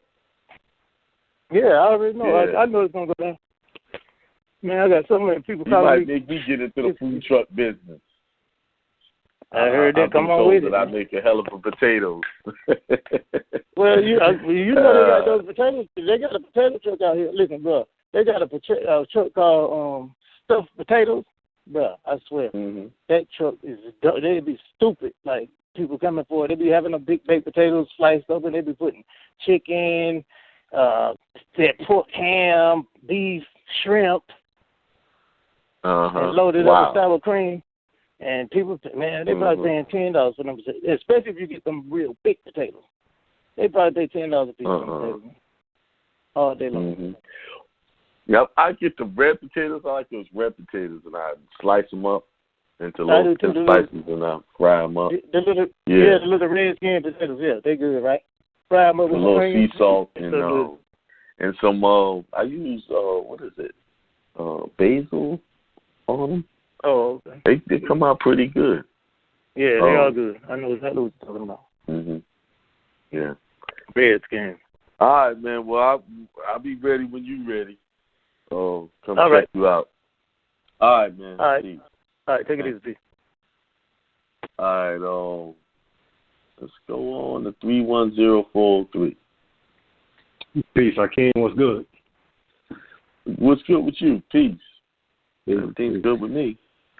That's what's up, man. Yeah, I was chiming in on what y'all was talking about with nationality and everything. I was gonna say, when I went and got it was a few years back, I went and got my original birth records from the hospital. And when I got those, it had nationality on there, and under the nationality section, it said American on it. That kind of. And that's unusual, you know that, right? Because most of it, they'll have something else under there. That's unusual. I know with my aunt, hers said American. Then they had it down. They had the race was Negro and nationality was American under there on her birth certificate. But most birth certificates don't say nationality American. Well, it wasn't a certificate. It was the actual, like, the hospital record. The hospital record. Like okay. Yeah. I got the actual for the birth. I see. Yeah. I got you. Yeah, that's important. You got a copy of it, right? Yeah. I got a certified copy from them. They had Most to go people, get they it, don't like get that, microfiche and all that. Yeah. Mhm. Yeah, that's good. Keep on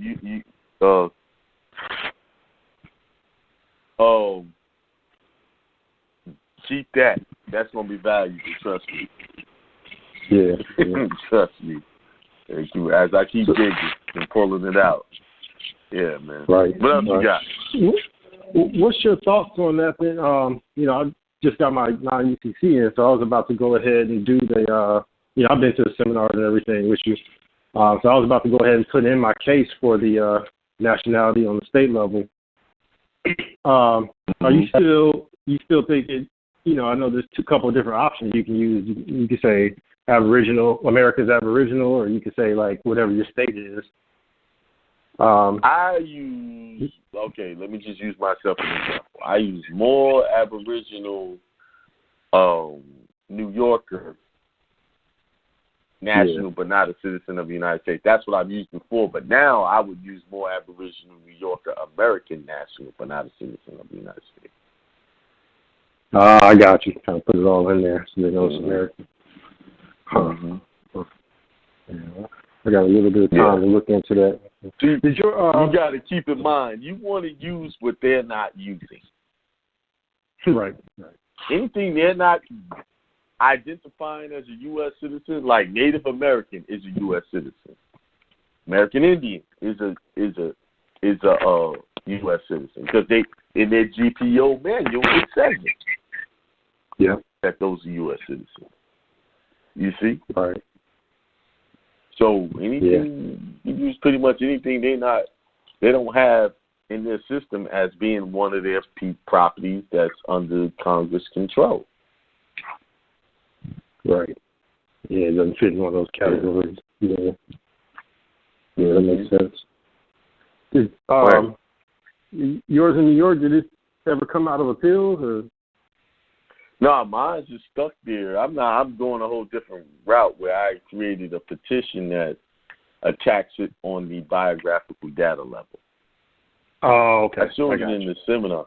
Yeah, I go instead of saying nationality in the paperwork, I said, listen, I need to correct this data because it's not in line with my religious beliefs, and I need just to correct it. So I'm going to eventually release that template, and people have been begging me to do it, and I just didn't want to do it because I was trying to keep it close. But I'm going to go ahead and let it go, put it out there. It's a very simple petition, and it lets them know how they have jurisdiction, give them the facts, and then you ask for your remedy. And there's no way they're going to turn that down. Right. Yeah. Well, I know one when day you first I'm going to mentioned do a show, and I'm going to read it. I got you. Yeah, I remember when you first mentioned that, like the bio data and all that. So I started, just searching around the internet, and I did see like a Department of State form for it, for like bio data. And some other, a couple different things. They teach that. Well, somebody had help. They had a folder, and that was the title of the folder. When they went to meet with the Gotcha. Yeah. I figured they had a form, so I figured that was something that they keep on record. So okay. Makes sense. See, that's what they keep on you. That's your bio. That's your who you are, who you hang out with. Right. They probably got it all. They got it. Trust me. They got it. Okay. Cool with. Yep. That's why I be telling people, y'all be trying to not fill that stuff out. They know who you are when you send it in. Yeah. True. Very true. Yeah. That's pretty much all I have, man. Okay, man. All right. Appreciate it. Yep. All right. No doubt. Let's go to the next caller. All right. Thanks, man. Have a good one. 203-491. Peace, Akeem. How you doing? Peace. What's going on? How you doing? I'm all right. First time I ever calling in, I actually hung up by mistake. I was trying to hit the mute button, and I cut you off, so I called back. Okay. No problem. Yeah. Yes. I contacted you before over the internet. I'm not going to put all that out there now. But I'm going through a situation with a habeas. And I mentioned that I wanted to probably speak to you about that more like in private. If you want to speak to me in private, then you would go to my site, akemail.com, and schedule a consultation. Yeah. I would definitely do that, yeah, because I've been dealing with this habeas for a few years. They appointed me an attorney, and then those attorneys, they end up leaving the firm. Are you okay, you say habeas, but are you incarcerated now? No. Probation? No. But okay. Probation, and I've been going through it for a while. It's probation. I'm still on probation, but this is just absolutely ridiculous. This whole situation, even dealing with at times they slow down, they calm down a little bit. With a probation officer, she calmed down a little bit. You know what I mean? Say it's nowhere near the way she used to be about it. So I want none of this over my head. I just wanted to elaborate on a few things. I've been listening to you and Jonah. I've been listening to Yusuf also. I went through some, followed the guidelines, followed the things that y'all spoke about, and I actually got a passport card. I was on probation. I got a passport card. I just did everything. Actually, I followed that model. I know you probably do a little different. The way Yusuf has stated it. This is before I even knew who y'all were. You know what I mean? I did it the way Yusuf stated it. And I ended up... There's more than one way to get the passport. There's so many other groups that's doing it, and people are getting it. It's just your affidavit is what is the key. That's what I wanted to also speak to you about the key is what's in that affidavit is what makes the difference. Explanatory. I did a tutor on that because that is, and I ended up getting a DBA, but it's a trade name certificate, and where I'm from, the state of trade name certificate. They don't call it DBA, and it also says that. Says it's not protected name for use of someone else. It's not protected. It also says that on it. And the clerk's office, the same county that I went to, I went in there. First I said religious court. And so she called the zoning guy to the desk. And he was saying, you're going to need an affidavit, blah, blah, blah. You're going to let me know this or that. I'm like, huh? And so I questioned him a few things. And he wouldn't move off that mark. He said, well, you just can't do it without. I need to know how many people are going to be there, so forth, so on. So what I did was went to the next town over, where I did have the license from, but the town I went in first is where I was born. So I went to the next town over, and I switched a few things up. I just got a little bit more information. I said business name. I said a brief description, and you tell me if this is. I put estate management. I put estate management, and I put the all caps name, and then it says I put name. It says for full name of the person conducting transactions to said business, and it says together with the resident address, blah blah blah. And so what I did was I don't mean to say that. And what I did was I put my last name, comma, first and middle, and then I put care of, and I put the address. Okay. So, I mean, I got it, but I wanted to know if that's... You're talking about your DBA, right? Yes. When you're doing a DBA, you put the principal place of business would be the county where that birth certificate was created in. Yeah. Oh, okay. So I didn't know, out here if they would let me do anything like that. So I put instead of putting the address I put according to what I'm hearing from you. When I put in care of for my address, you're saying that should be in care of. Well, the place of business should be. I put the county address. Oh, yeah. No, place of business. Okay, I got place you. Of business. Now, where you wanted to mail the in care of address you want to mail to could have been any other address. Right. You want to make sure that the doing business address is the county address. Okay. Okay, let me tell you what it says on this is a little different because it says print business name above, and then I put my name in all caps. And then below that it said print brief description of business, and I put estate management. And below that it says print the description of business should have been an unincorporated religious association, but go ahead. Oh, okay. So is it possible to go back and then switch it up? Yeah, you can amend that. Yeah. So I just go back and get it up. Right. Amend it. So you leave me try to put this the right thing down. Now, how did you say I should put it? You put the place of business is the county address. Yeah, it doesn't show. It's going to be. It doesn't show a place of business on this. Say it again.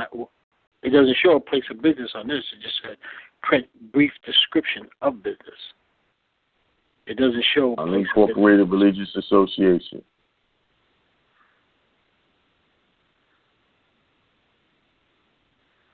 I don't even know if you got the right form because it's supposed to show you an address if you're doing a DBA. Yeah, but because I asked them and they said these are the same thing. They said in this. So I couldn't tell you which state is this. Connecticut. I don't know how Connecticut does that. Yeah, in this state they said I ask for a DBA and they said trade name certificate, same thing. Just the same thing. It is the same thing. Trade name. Yeah, that's what they said. So that's what I'm saying. Like, why are they not asking? So basically, they're just recording a name. That's it. They're not recording where it's doing business at. Right. Okay. Yeah. You need a consultation. I would have to look at that form. All right, brother. I don't have enough time to deal with that right now. No, I understand. I got you. All right. No problem. All right, brother. Peace. I got to keep it moving. One other thing real quick. Yeah, I got my birth certificate authenticated through the state and also through the Pompeo, the federal government. It's a long form.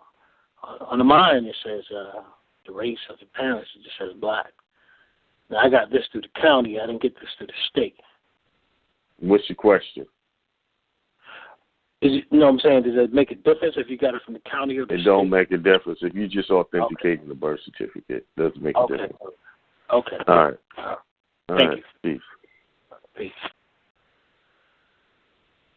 682-564. What's up, Brother King? Hey, not much. What's up with you? How was your seminar? It was excellent. It was a great seminar. That's right. Good vibes. Put your big, yeah. Okay, that's all that matters. Put that big foot down, make it happen. Mhm. Yeah, but everything's good on this side of the town, man. Working and trying to save these money so I can buy these templates and stuff. So yeah, we good.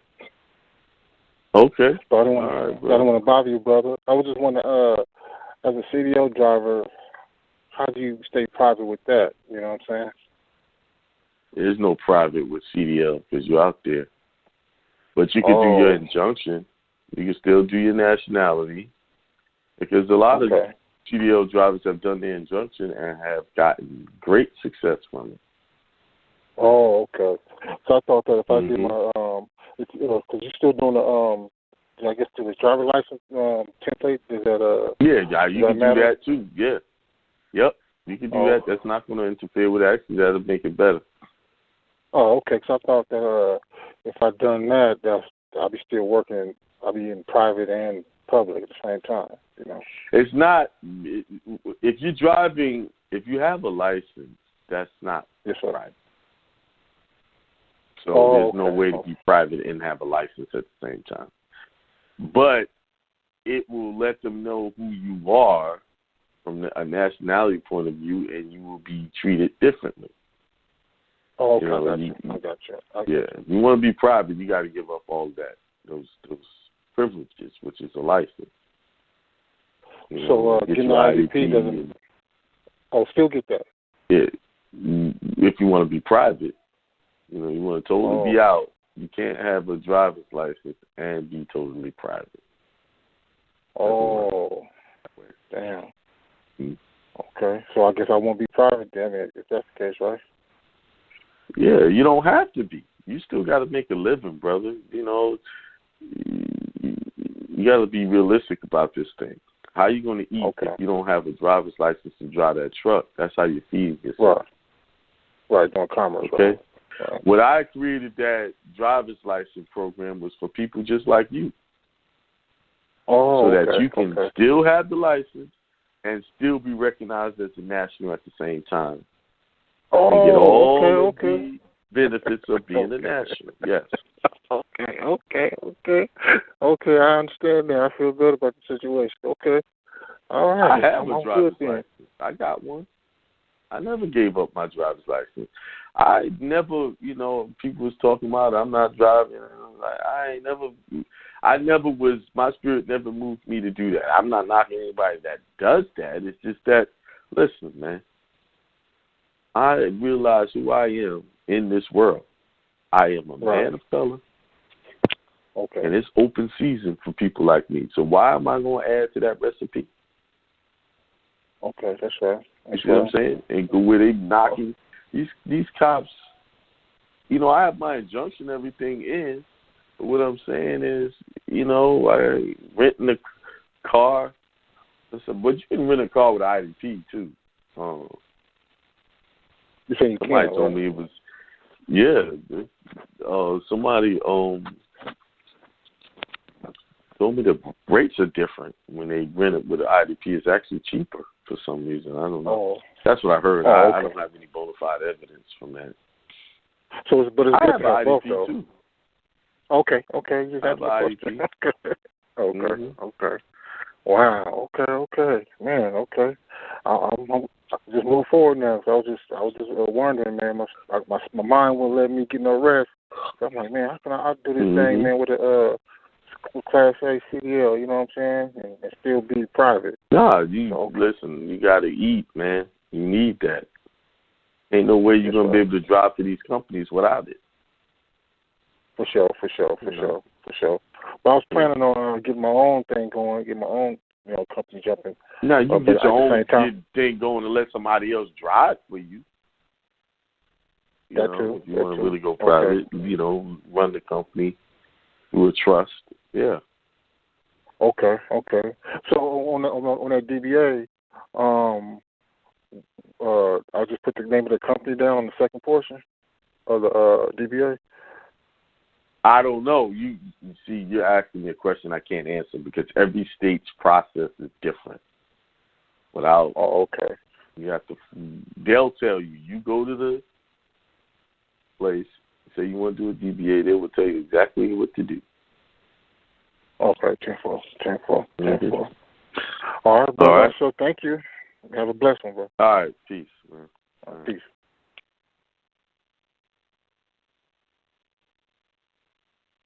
All right, let's go to 443703. Peace to the gods. Peace to the God. What's going on? What's up, Rakeem? How you doing, man? I'm doing good. How are you? I'm all right. Let me give you a couple things. I don't really got too much. Well, it's good. Woke up, family good. I got a couple more dollars to get ready for this my IRS thing for you. So that's really a good thing for me. Okay. Yeah, okay. So now you know you're talking to. Well, I got so many IRS stuff going on. Right. I got an idea. You just got to revive me. Yeah, that's exactly what I was tackling today was IRS, man. Yeah, man, they getting us, but you there in the corner, so that's a good thing. Yeah. All right, so I got two quick, well, it probably ain't quick, but so everybody done touched on what I really wanted to talk about, so I just wanted to get a little bit more, I guess, ask my questions on it. So with the student loans joint, so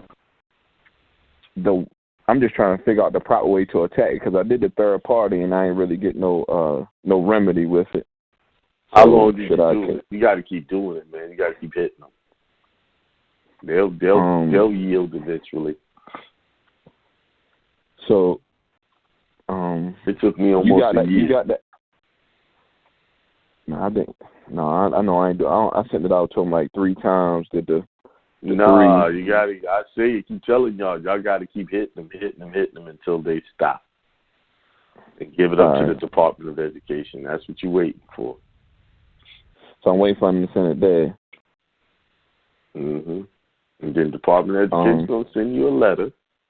Then you hit them with the same letter, and then they going to transfer it off to someone else. And then you hit them with the letter, and boom. That's when it all ends. Yeah. All right, so the same. All right. So, it ain't no 3 months. That's not a 3-month process getting rid of student loans. That's almost a year-long process. Going along. So I can use that same third-party joint from the IRS joint?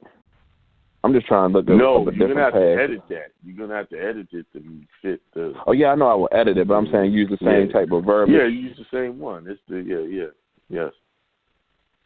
All right, now, here go my last question, man. I know it's going to take you way back, but a constitutional challenge for, say, a criminal charge, what am I actually hoping that they give me? So I put in a constitutional challenge. Constitutional challenge is not the end-all, be-all. Right. You know, when we first started doing a constitutional challenge, it used to freeze the case. Now it barely does anything. Exactly. That's what I'm saying. It's like they just straight ignored the whole thing. They like laugh at it now. Exactly.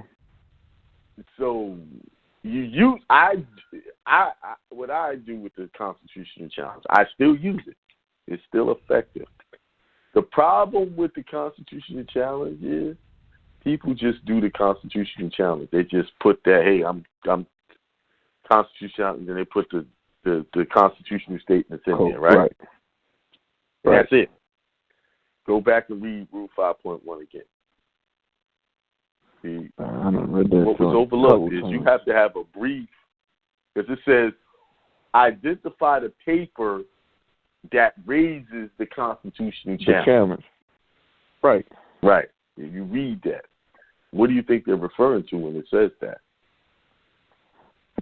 Be totally honest, I have no idea. See, that's where people get stuck. Right. You were supposed to identify the paper that raises the Constitution. That I'm challenging, basically.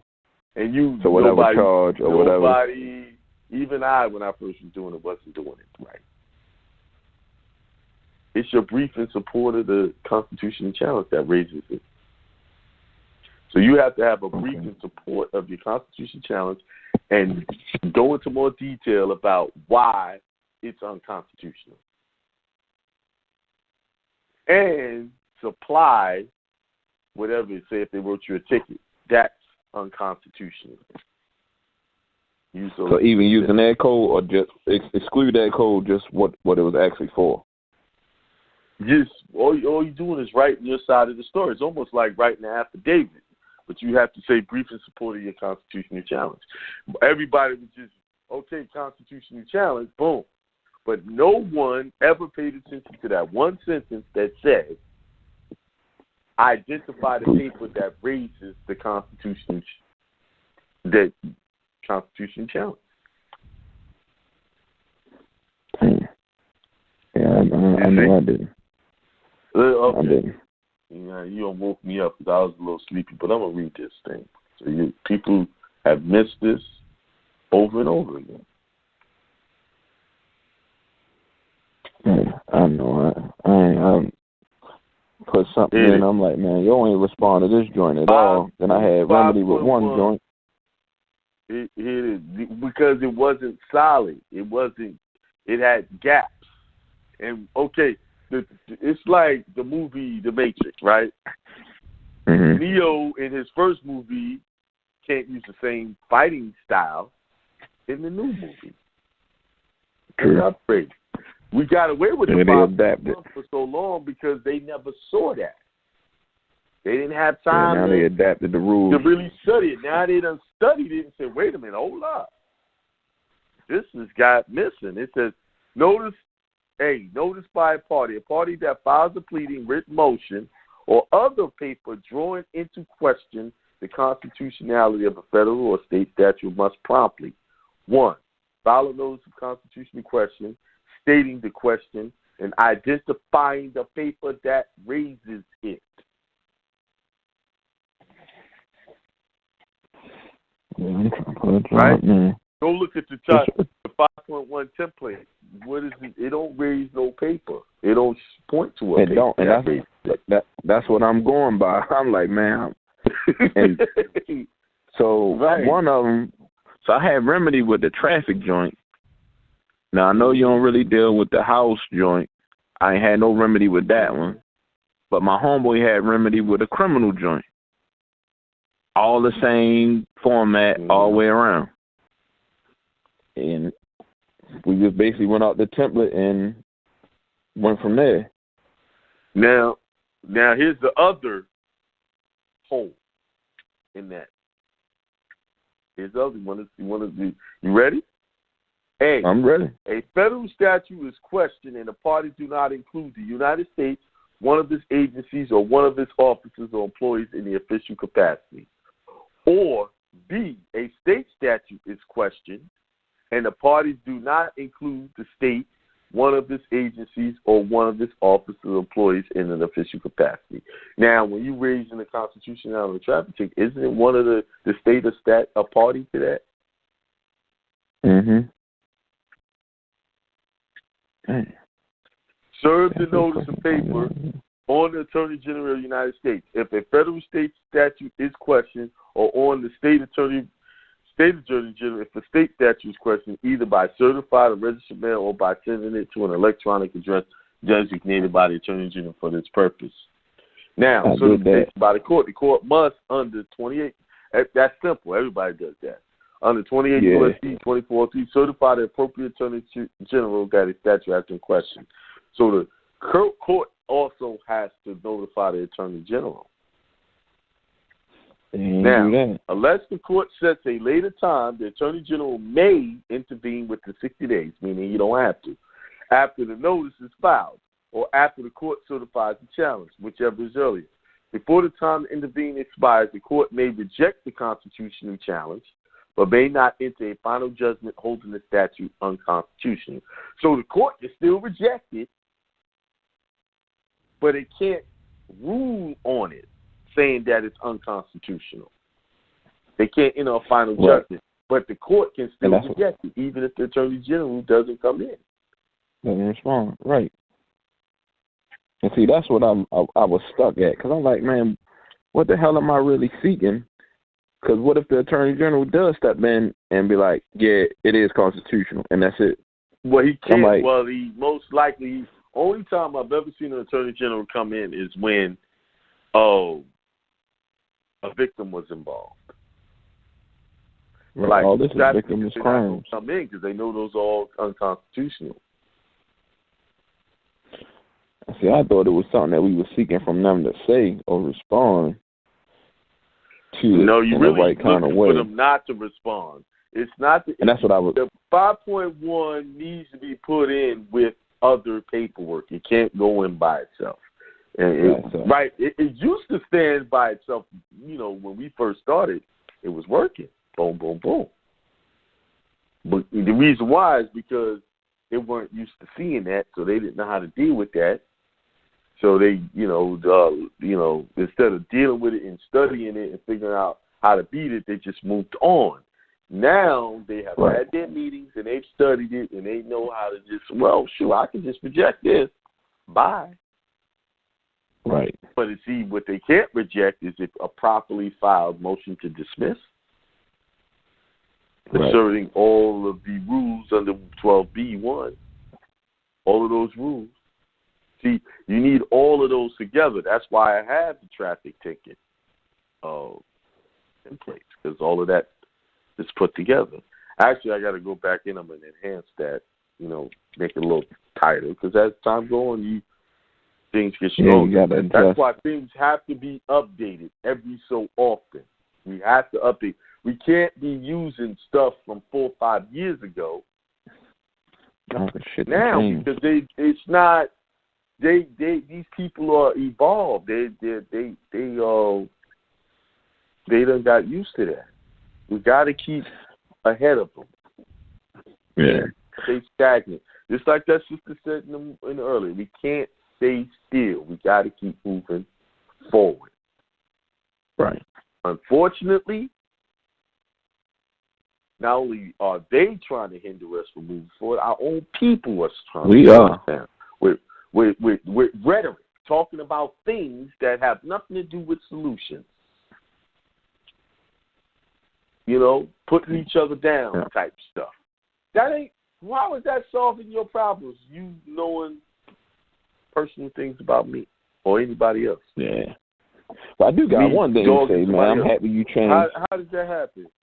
Huh? Go ahead. Man, I was saying I'm happy you changed your views on that working tip from the last dude you were just talking to. Man, I'm in his boat. CDLs, got all that. I talked to you prior, in and out.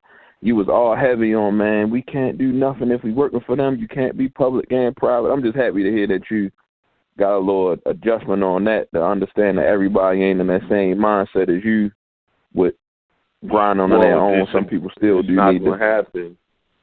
Right. Yeah. I come to the conclusion I'm just happy to hear you changed on that a little bit. They can't do it. I've evolved to the point where not everybody's gonna be able to just walk away from their job. Right. And I didn't just walk away from my job, but I did it. I had something rolling, and then I owned a barbershop already. I had already owned a barbershop, for a while. And when I went into doing my own satellite, I had some money, a little money to pay bills and stuff. So I had a lot of experience with satellites, and I already had worked outside of, before I worked for other people doing satellites. But so I didn't just jump into being in business for myself.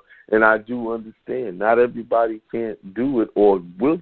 But actually, trucking is like having your own business, though. That is like your own business.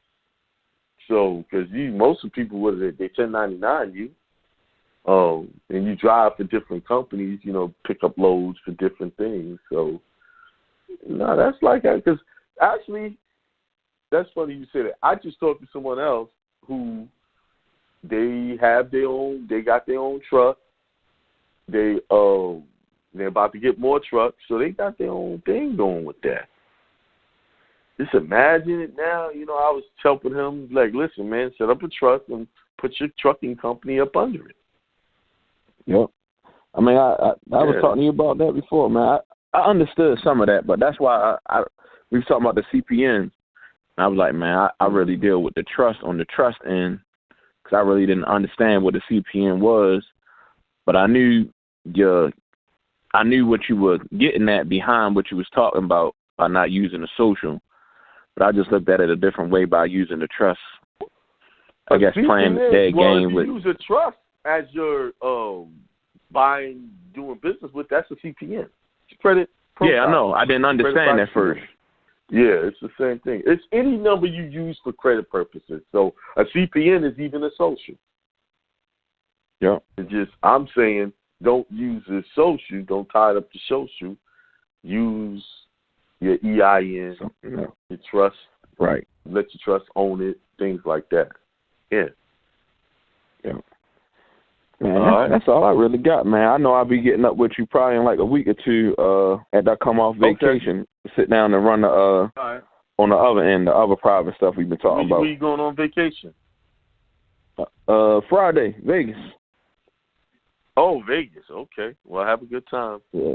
I like Vegas, yes, but I don't like to gamble. I don't. I like hanging out in Vegas, but the gambling, nah. Craps table, man. Craps table. You got to get on it. I just can't see myself giving my money away like that. You know, that's where that's how it is. Someday. If my mind says like that, I'm going to lose my money. If my mind says thinking that, so. All right, man. Yeah. You have a good night, man. Peace. All right, man. You too. Peace to God. All right. Let's go to the final call of the night. 336-722. Peace. Peace. What's going on, brother? What's going on? Hey. Great show. Thank you. You know, I'm feeling the vibe, and you know, my courier service, 336package.com is picked up. Oh yeah, that's right. You do. Yeah. Okay. Yeah, picked up a little bit. That's good. So that's great. I'm like, oh boy, you know, I got to stay close to you know, my teacher King, so you know, because he does that commerce. You know, he know about how to do that commerce in the private. Yes, I do. Yes. So, now we got to tie you some Reverend Ike in there and make that a multi-million-dollar business. See, Hindsight Radio is a multi-million-dollar business. Wow. You see? Wow. You know, man, I put that Tamahu on the website on the front cover to validate everything I'm saying. Yep. Good. Yep. Good, man. I'm glad to hear that about the business. So that's you know, good, man. Your business is going to take off because right now is an excellent time because the shipping is they're privatizing that. Yes. They're starting to privatize that big time. Yes, they are. So I mean, I'm looking forward to it, and I'm steady. You know, just got out there, man, and just begin to search out the customer, man. Figure out who the core customer is, what you need, and what you trying to do. You know, and search those people out. I was thinking, won't they do like a Uber for packages?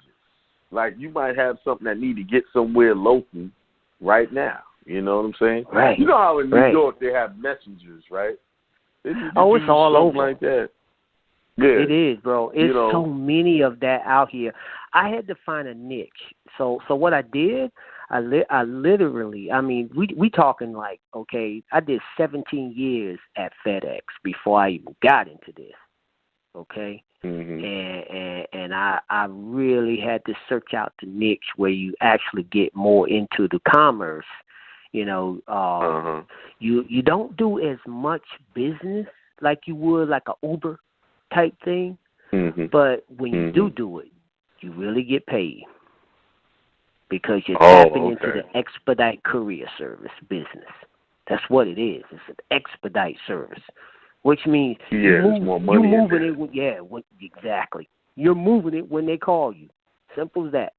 You know? And I mean, it started out slow, but picking up a little bit. So I'm like feeling good about that. You know? Well, keep doing your, you know, seeing seeing your businesses the way you want it now. It'll get bigger. Yes. Listen to you. It's you that's making it bigger. It's you. It's your thoughts, your thought process that's gonna make it bigger. That's what's up. That's what's up. I'm telling you, but you know what though? On another note, I had a couple 8832 rejections. You familiar with that type of thing? Yeah. The 88, you know, when they reject the 8832. People are having a hard time getting them done. Well, they send you a document attached to it that checks off some of the things that, you know, are missing or not being done. You know what I mean?